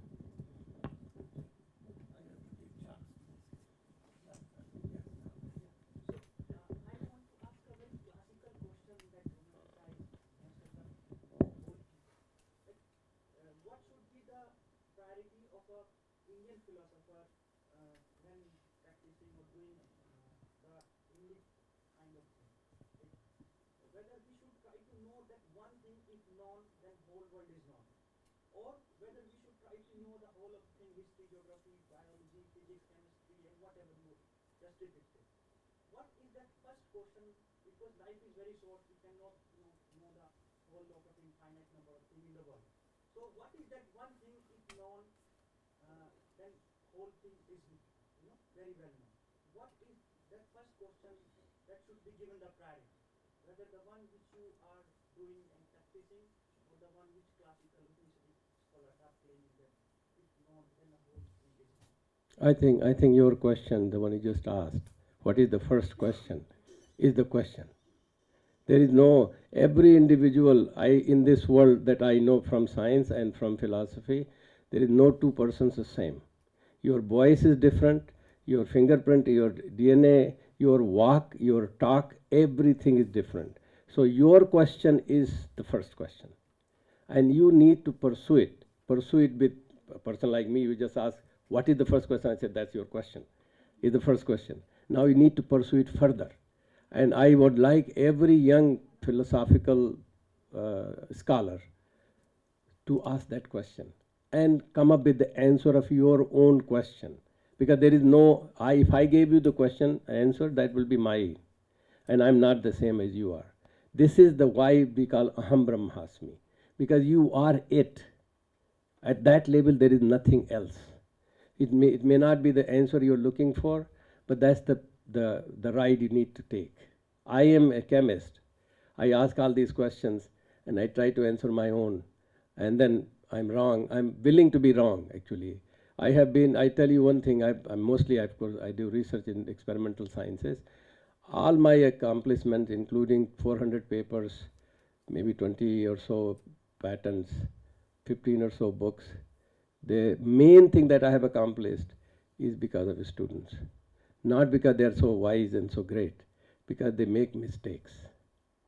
That mistake is something that is very big treasure. If they all come, I have about 150 students who have done research with me. If all of them, they don't have each other's email, fortunately, only I have. So otherwise, they got together and they say, Dr. Singh, please just return all our mistakes. I will become Kangal. I wouldn't have anything. So that question is really very enriching. You must pursue that question. that you asked.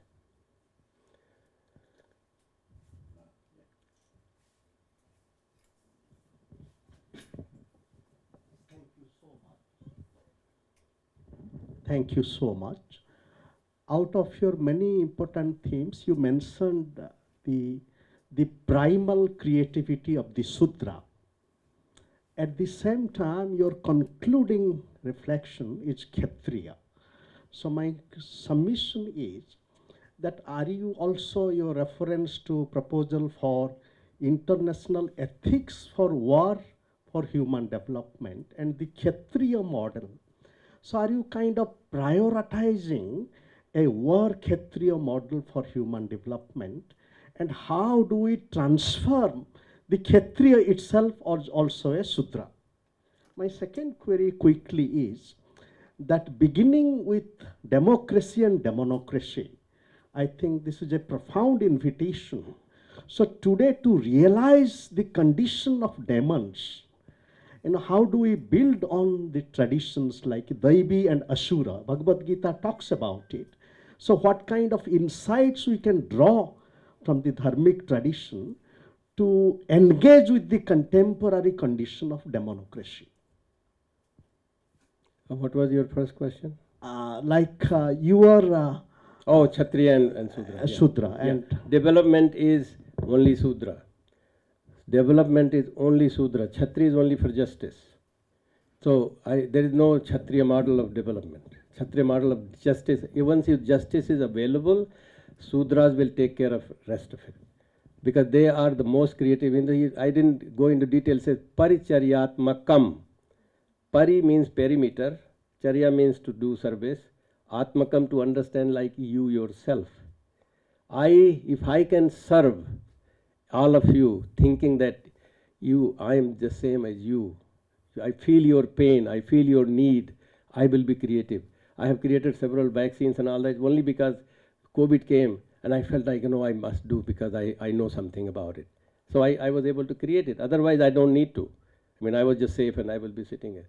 But Kshatriya is very important because Kshatriya basically means the one who removes the tras who does the chaya of the tras of anybody, including enemy. Mahabharata is full of this, where those people who were believing in justice, as opposed to those who didn't, they would not even hit the enemy if they don't have the weapons, because they want you to be fairly done. So that's that important. And your second question was, again, please? Democracy. Yeah, I think there are two words that come to my mind in explaining that: service and seva. Many times we think the same translation of seva is service. That's not the case. I'm a chemist, I'm a big fan of etymology. Service comes from slavery. Seva comes from sivi, which means like you have the art. When you have an art, that you will have democracy, will be meaningful, because my job is to help with all my whatever the qualities that I have. If you don't have any use of it, then what would I do with it? But service, including civil service people, they want slaves. And when you have the slaves, there is no democracy. It's somehow controlling mechanism. They get up in the morning. Can you imagine that if your parents got up in the morning and they started accusing each other? The way these people do. They're supposed to be our ideals. No, India has had that. The seva. With the seva bhav, if you can try to help the people. I'm from a village. In my village, nobody calls me Professor Singh. Nobody calls me Balram. Most of the time now I am there, Mama, Kaka, Mausa, Phupa. It doesn't matter what caste they are from. It doesn't matter at all. Relationship, sambandh means same bond. The same bond, just like in chemistry. The same bond. When you have this, there is no difference. If you are talking about communism, the best communism is in the village. That's really just live like community. So that if we are able to do that, I think we will be able to. In my childhood, there used to be democracy when there is injustice against somebody in the village. The whole village used to get together and justice will be done within few hours. And the only punishment was that they wouldn't talk to you. If you don't listen to the pancha, the next day you're not there, nobody talks to you. That's it. Only punishment. Nobody will talk to you. And it used to. So did you want me to take all the time for 3 papers? No, I'm just kidding. Just kidding, just kidding. Thank you very much. And I think seva is best translated as caring. Yeah, absolutely. With the skill. Yes. Caring with the skill. Seva is very important to have the skill. And the skill development is the key. You know, our Prime Minister is trying to do the skill. But I think the academic people can do the better. Politicians are very bad. So academic people, I know those of you should listen to Professor Arvind and many others.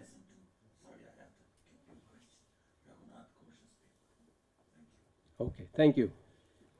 Thank you, Chairman sir, and thanks to my friends, myself or other things. However, my paper is on little bit different track. And you know, yesterday somebody was telling that Vedanta logic is found in Brahma Sutra Bhashya. And from that portion, there is one chapter which is called Tarkopada chapter. And in this chapter, the conclusion is Brahma Karanatavada. The whole world is originated from Brahman. No other cause is to be known, is to be established. But Purvapakshas are there. They are not saying only that Brahma Karanata is there, but they are establishing. So Siddhi must be there, substantiation. And in order to substantiate the Advaita view of Brahma Karanata, of the creation of the world, they have refuted all the Purvapakshas. And among the Purvapakshas, the first one is Shankha, who believes Prakriti Karanatavad or Pradhana Karanatavad. And Shankara has taken, also Badarayana has taken Shankha at the first level, according to the principle that if there is a battle, if there is a fighting, so the main wrestler has to be defeated first, which is called Pradhana Malla Nirvahana Nyayam. And then if the Pradhana Malla is defeated, others will be demoralized automatically. And that's why the first portion Shankara dealt, refuted the Pradhana Karanatavad. I have already written and it is published elsewhere. That's why I have taken the second portion, which is the Advaita critique of the Vaisheshika view. Their view is Paramanu Karanatavad. And now you will see this Paramanu Karanatavad, what it is, and how Shankara has refuted in Bhashya and Sutra. Badarayana and Shankara has refuted this view. It is told that the whole world is originated not from Brahman, but from the conjunction of atoms. That is Paramanu. And these two Paramanus are connected with each other, giving rise to the dyadic compound, which again gives rise to triadic compound, and in this way the gross world is originated. And it is, in short, the Paramanu Karanatavad of the Vaisheshikas. But so far as the Vedanta is concerned, And it is also accepted by the Vaisheshikas that Paramanus are not conjoined automatically, abruptly. So, Ishwarasya Sristrikha Vasat, there is some desire of creation of God. And due to having this, it is in Prashastavad Bhashya, Ishwarasya Sristrikha Vasat Paramanusu Sangyoga Sambhavati. So conjunction is not arbitrarily done, but it is the desire of God. And God is not independent for Nyaya. He is not mukta in that sense. He is bound by the law of karma or karma done by the individual beings. So he will take into account the karmas of the people, and if he thinks fit to create, then he will have desire. And then there is Sanjoga in Paramanu. In this way, something is created. Again, a time may come when he will feel Ishwarasya Jihirsha Vasat. He will feel that now the time has come from destruction, dissolution. After taking the qualities, the adrishtos, the dharma and adharma of the people. So in this way, creation and destruction come into being according to the Vaisheshikas. Now the combination of atom, this portion, that how they are conjoined, this is the problem of the Advaitins. The desire of God is there, Adrishta is there, but Paramanus cannot be conjoined together. Due to Paramanu is material, Jaro. It cannot have power to be conjoined automatically. Material object cannot be conjoined automatically. So the problem is that conjunction of Paramanu or atoms is not possible, because if there is a conjunction of two atoms, there must be some effort, prayatna. And even in disjoining at the time of dissolution, there needs some type of this effort. Now, from where the effort will come? This is the primary questions of the Advaitins. At the time of creation, after dissolution, only Paramanus exist, atoms exist, because they are eternal. And if they are to be conjoined, they cannot do automatically, spontaneously, without the interference of any conscious being, because they are material. Just as two stones cannot come together without the interference of any conscious or any conscious force.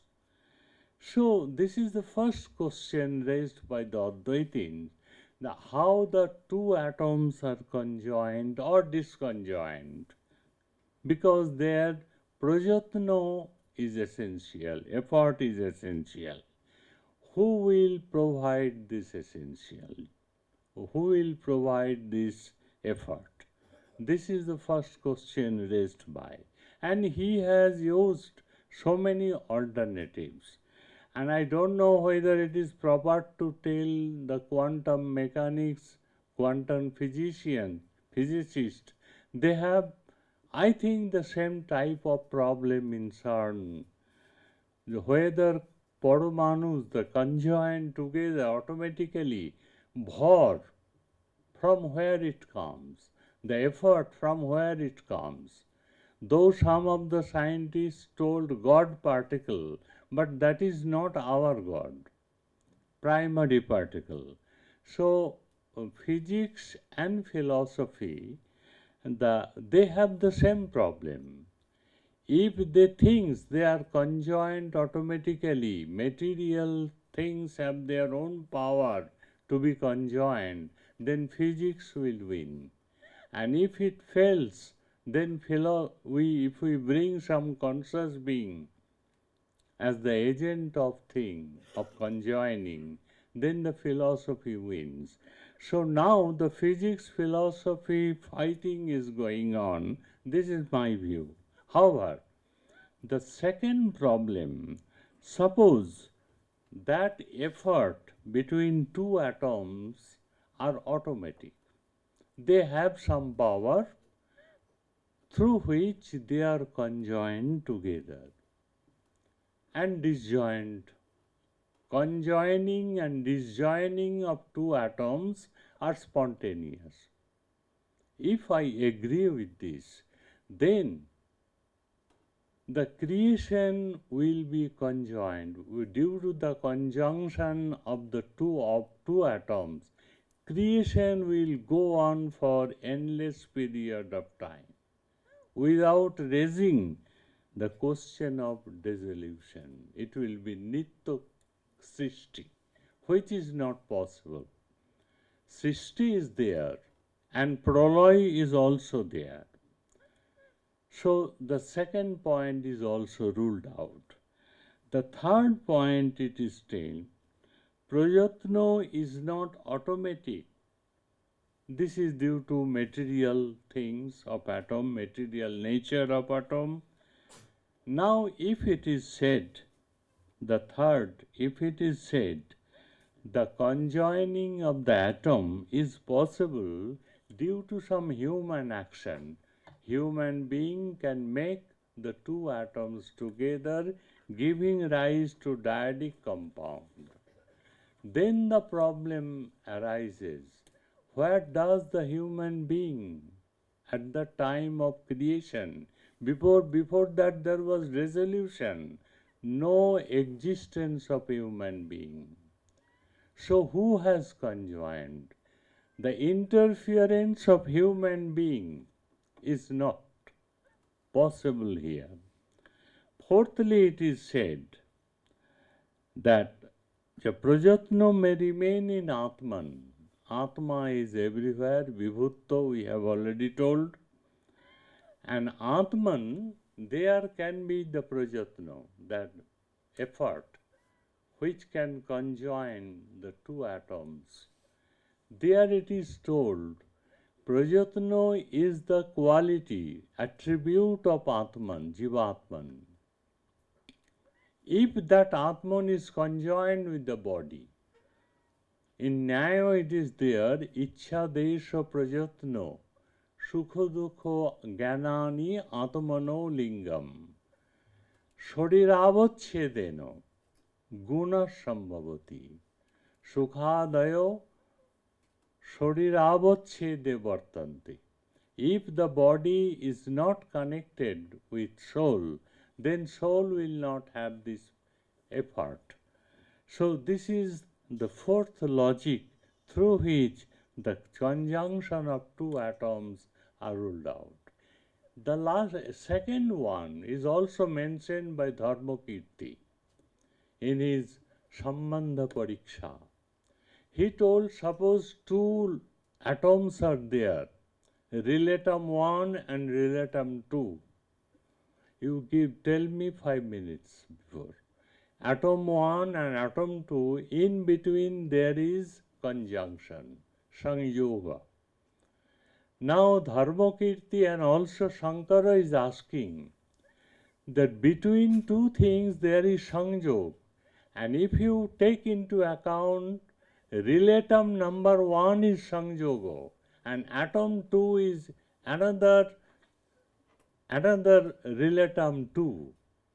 So relatum 2 and relatum 1, Sanjogo and atom, what will be the relation between them? Sanjogo, by virtue of being quality, it will remain in Drobya in the relation of inherence, samavaya. So between sanjog and atom there is samavaya. Again samavaya and another atom, there will be a samavayantar, samavaya 2. So in this way there will be infinite regress. And this question, please, 5 minutes, okay. So in this way, another point is, suppose two atoms are conjoined. Now, Sanjogo has a characteristic of Vyapavritti. See, if two atoms are conjoined, then it cannot cover the whole space. There must be some sparable space where the conjunction does not happen. In atom it is impossible, inconceivable. Secondly, if they are conjoined, is it partly or wholly?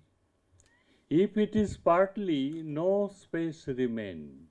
If it is wholly, then dono ko must be the enhanced side, which is not conceivable at all.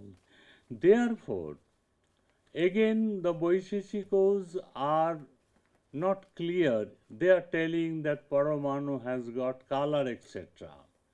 Vedanta is telling that if there is color, etc., then if it is color, taste, then it becomes savayava, having some parts. And if it is conjoined with another atom, then the problem will arise that this will be the gross object, an effect.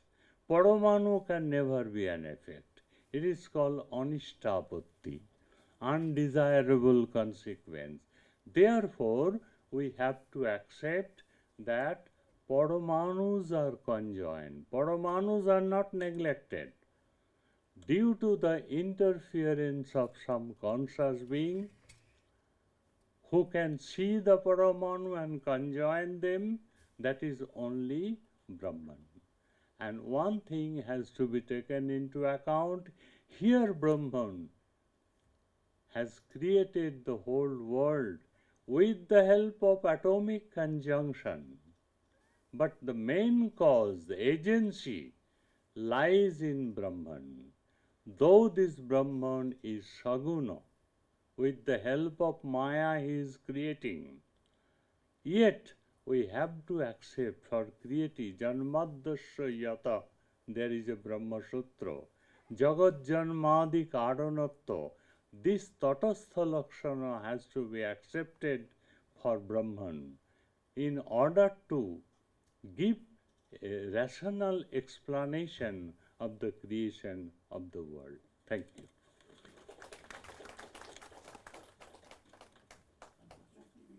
Unfortunately, we don't have too much time for questions, so I'll take at most 3 questions. So let's take 1, 3 questions. Yeah. Quick. Sir, I have my antipathy or support to the Vaisheshika, and which comes from the Leelavada. You cannot apply the logic of this world, the logic of Maya, to the logic of the infinite. So the logic which Sri Aurobindo takes into account can help us, the Vaisheshika, to support their thesis. So what is your view in this regard? Can we really apply the logic of this world to the logic of the God, which we cannot know? If you can decode that, I believe Vaisheshika can do that. I don't know what is the logic of God and what is this worldly logic. Actually, what Advaitins try to say that how can you, the atomic conjunction is possible. These are purely phenomenal logic. So I am not telling anything logic which is from the outer world. So this worldly thing is to be managed through this worldly logic. So what problem I cannot tell. So please. I'll talk you. Please. Sindhu will. Thank you, sir. Thank you so much. much. Actually, I was thinking about Boishishiko's creation, the process of creation. Nobbo Boishishiko says when an object is occurred or originated, you know, it has to be originated. There remain some sort of general causes, and they are 8 in number, like God, the desire of God, etc. So considering this, I was actually thinking, if it is so, and if we accept these sort of general causes, the causal conditions, then how do we differentiate while Vedantins are saying that there is a conscious cause, there is a conscious cause who is actually who is responsible for the origination of the effect. Okay. And actually, thank you. God is there, Kal is there, space is there. They are called Sadharana Karana. But I am talking about when we take into account the Asadharana Karana, that is atomic conjunction is the primordial cause of creation. And through, after taking this, they are the nimitta karanas, God, etc. Even the Naiyayikos will admit, যে ক্ষিত্তঙ্কুরাদিকং কর্তৃজন্যং কার্যত্বাৎ ঘটবৎ. That is, Ankur means here atom. Khiti means the great tree. So seed is the tree. Seed of the tree is an atom. This is metaphorical use. So Dhanuko is the first effect. Before that it is atom. Atom is compared to Ankura, that is sprout. So from sprout the whole world is originated. And this is the sprout is the primordial cause or main cause. And in order to nurture this cause, we have some nimitta karanas. But here, nimitta karanas are there. So, difference between nimitta karan and pradhana karan. The Vaishishikos are telling the pradhana karan is atomic conjunction. And God, etc., are there, nimitta karanas. We have to give time for the last question. Yes. Sir, I know it's going to be a little futile one because is it not the case that when we consider this whole thing as Maya, which is a really dicey case ontologically, and then epistemologically trying to justify the whole thing, it seems to be a kind of, roaming around. It's like searching the black cat in the dark room over and over again. Okay. So I just really want to know. So you know, in Bengali there is a word kanta diye kanta tola. In order you take some weapon to use it for taking some nail out of that. So Maya is essential. Without Maya you cannot go. And after reaching some stage, the destination, after that it is false, not before that. Before that, as I told God is also Maya, Maya in God, not pure God. Shuddha Muddha Mukta Chaitanya is not the creator of the world, but the consciousness plus Maya is the creator of the world. So Maya must be there in order to explain the phenomenal world. But once you leave this phenomenal world, Vyavahariko Satta, and reach to the transcendental one, Paramarthiko, then everything is one. So no question of Maya. So indispensable evil. Maya is indispensable evil. Sanjay Kumar Shukla, please. Yes. Yes. While he's coming, actually, his point is his argumentation, because it's about the world. It's a little bit like the Leelavada question. So why apply that? And instead of the Bengali saying, you take one thorn to take out another, I would say like the English saying, when in Rome, Live like Romans. So when you are amidst Naiyayikas and epistemologists, okay, Shankara says, I'll do some epistemology for you.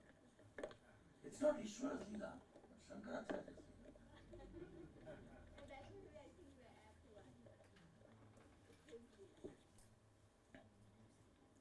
Respected chairperson of this session, Professor Arindam Chakrabarti, distinguished co-presenter of this session, and philosophical audience. Before I present my paper, and I will not be taking much time, although my paper is quite lengthy, but I will summarize. I should express my heartfelt thanks to the organizer of seminar for giving me opportunity to share some ideas with you people so that I can be corrected. Well, the title of my paper is Hermeneutical Trends in Mimamsa Tradition. So since paper is very lengthy, so I will read some relevant passages and complete within 15 to 20 minutes, not more than that. Sure. And most of the things are known to us, so that way it will be very easy for me to. Nothing special. The word hermeneutics is traceable to the Greek root hermenein, whose original connotation is very comprehensive. The hermeneutics admits the possibility of diverse interpretations, formulates certain axioms and principles of interpretation, and there is irresistible urge for proper understanding behind it. It means the theory of understanding and interpretation. To give a meaning of linguistic and non-linguistic expression, it includes both, such as art, architecture, dance and drama. There too we have interpretations. So I'm leaving the Western account. Okay. Hermeneutics in the sense of method of interpretation has been employed in Sanskrit grammar like Panini, Patanjali, Bhartari and others, in Indian logic and Nyaya tradition, Vasayan, Raghunath, Gangesh and others. In Mimamsa we have stalwarts like Sabar, Prabhakar, Kumaril and few more. The term hermeneutics is borrowed from Western philosophy, and it must be understood in the context of relationship between language and interpretation. Othmar Getcher remarks that the notion of hermeneutics stands primarily for a theory of principles of interpretation or for a linguistic and logical method for the purpose of understanding. He further pointed out that this term is a complex one and that it may be described as a process of understanding itself, which takes up the question of reality and language. The two are intimately related, language and reality.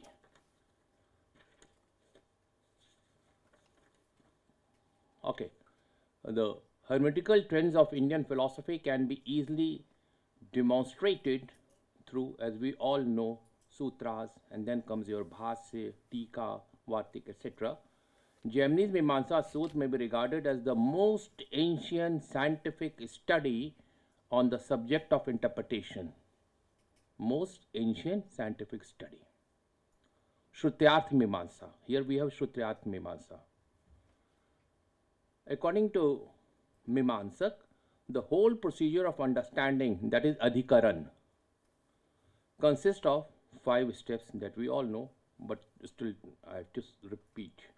The first step is the text or the passage which is subject of interpretation, vishay. There has to be some vishay. It's being capable of having 2 or more meaning. That subject or vishay must have 2 or more meaning, 2 or more capable meaning. The second step is the doubt. Yes, when we have more than one meaning, there has to be doubt. That is sanshay. Regarding its meaning, the doubt being as to which of the 2 or more meaning is the correct meaning. The third is a postulation of one probable meaning with a vote to test how the meaning stands for the test of reasoning. That is Purvapaksha. So we have a Purvapaksha after sanshay. The fourth is the relation of the suggested meaning, that is Uttaram. And the final step of adhikaran will be establishment of meaning, that is Nirnay. It may be mentioned that Mimamsakas are not unanimous regarding the parts of adhikaran. While Kumalit does not accept relevant Sangati as a part of such process, many other scholars have included both necessity, prayojana, and relevancy, Sangati, under it.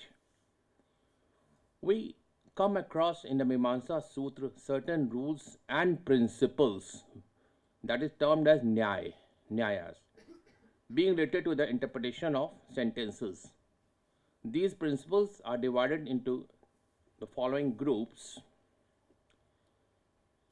First, principle relating to determining syntactical units so far as the interpretation of injunctive text is concerned. The second, principles that relate to the construction of injunctive text as also to the interpretation of apparently injunctive or arthavad text. The third one will be those relating to different clauses. And the last, those regarding negation and conflicting text. These four are related with your rules and principles, that is Nyaya. Hermeneutics of Mimamsa Sutra helps in bridging the gap. Hermeneutics of the Mimamsa Sutra helps in bridging the gap between the familiar world in which we live and the alien or strange world that we strive to understand. Bridging the gap between. The subject of interpretation or hermeneutics for Mimamsa involves two basic questions.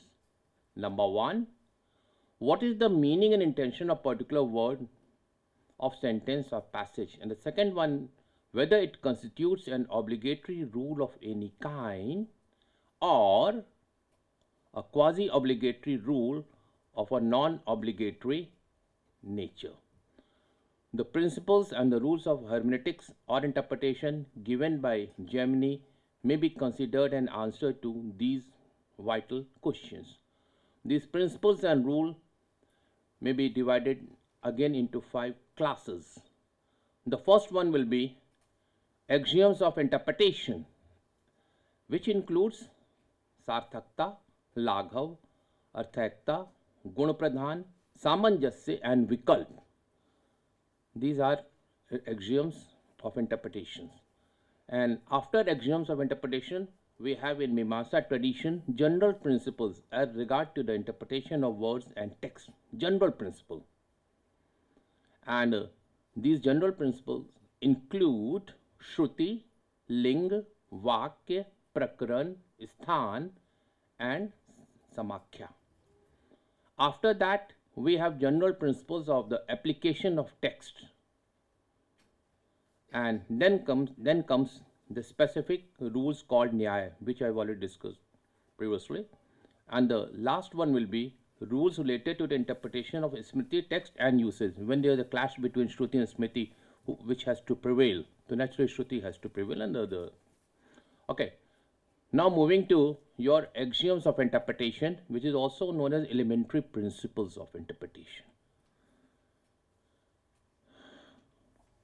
I am going to just clarify these 6 axioms. Every word and sentence must have some meaning and purpose. That is called Sarthakya or Sarthakta. The second one, when one rule of its presupposition would suffice, more must not be assumed. That is Laghav. This can be treated as the Indian counterpart of law of parsimony. In Western philosophy, we talk about law of parsimony to Laghav Siddhanta. Why? To take more assumptions. And then the third, Arthakta. To a word or sentence occurring as one and the same place, a double meaning should not be attached. The violation of this axiom will lead to the fallacy of equivocation. The fourth, if a word or sentence which on the face of it purports to express a subordinate idea clashes with the principal idea, then what is going to happen? The former must be adjusted. That means subordinate idea must be adjusted to the later or altogether disregarded. Gunapradhana. Fifth one, contradiction between words and sentence is not to be presumed if it is possible to reconcile them. Samanjasya, reconciliation, Kantian reconciliation. Okay. The sixth, where there is a real contradiction, any of the contradictory matters may be adopted as option. Here we have a choice, Vikalp. The above 6 axioms are elementary propositions regarding interpretation, and they may be taken as self-evident principle. Self-evident principle. The general principles are those principles which are arrived at after an examination of those materials with which an interpreter has to deal. That is meaning of word, structure of sentence, the relation of topic, etc. So here again we have 6 general principles of interpretation. When a verb and the case governed by it has a self-evident meaning and thus forms a complete and independent sentence, this is called Shruti. When the meaning of word or expression is not clear on the face of it and its latent form of suggestive power or indicative power has to be brought out by suggestive power of some other words or expression, this is called Ling principle of construction. When what is apparently a complete sentence has, in order to make out a satisfactory sense, to be read as a part of a sentence connecting it with some other clause, that is called a matter of synthetical arrangement, vakya. When a sentence or clause by itself does not indicate its purpose but becomes clear when we read it with some other text belonging to any other topic discussed elsewhere, then it is a case of prakran. Then comes your sthan or kram. Position means self-commonness of place or order. Kram is of great importance as regards the Vedic ceremonies. A connection established between different passages by the indication afforded by derivative word or compound word is called samakhya. Then comes your general principle of application of text. How you will be applying.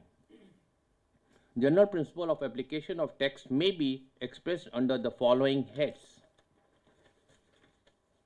The principle of distinguishing between obligatory texts, that we all know, vidhi and nisheth, quasi-obligatory, that under that we have chanting mantra, and non-obligatory text, explanatory statement, arthavad, and nomenclature, namdheya. The second, the principle of rule indicating rights as opposed to rule imposing duty, adhikar vidhi, shows as to whom the vidhi texts are applicable. And then comes the principle that regulates the order in which things are to be done, kram vidhi. The fourth one, principle regarding rules of reference, general and special are known as atidesh, are concerned with the rules by which rules regarding one's matter are made to hear on another matter. And then we have a concept of adaptation, that is U. The principle of adaptation U comes into play in relation to arthavad and niyam vidhi, which chiefly relates to the material involvement of a spiritual duty. The principle of cancellation, badh, primarily means barring or cancelling a thing owing to inconsistency. It helps in the reconciliation of conflicting texts. Within 2 or 3 minutes. Only 3. Okay, sir. You are senior person. I will abide by that. Only 2 minutes.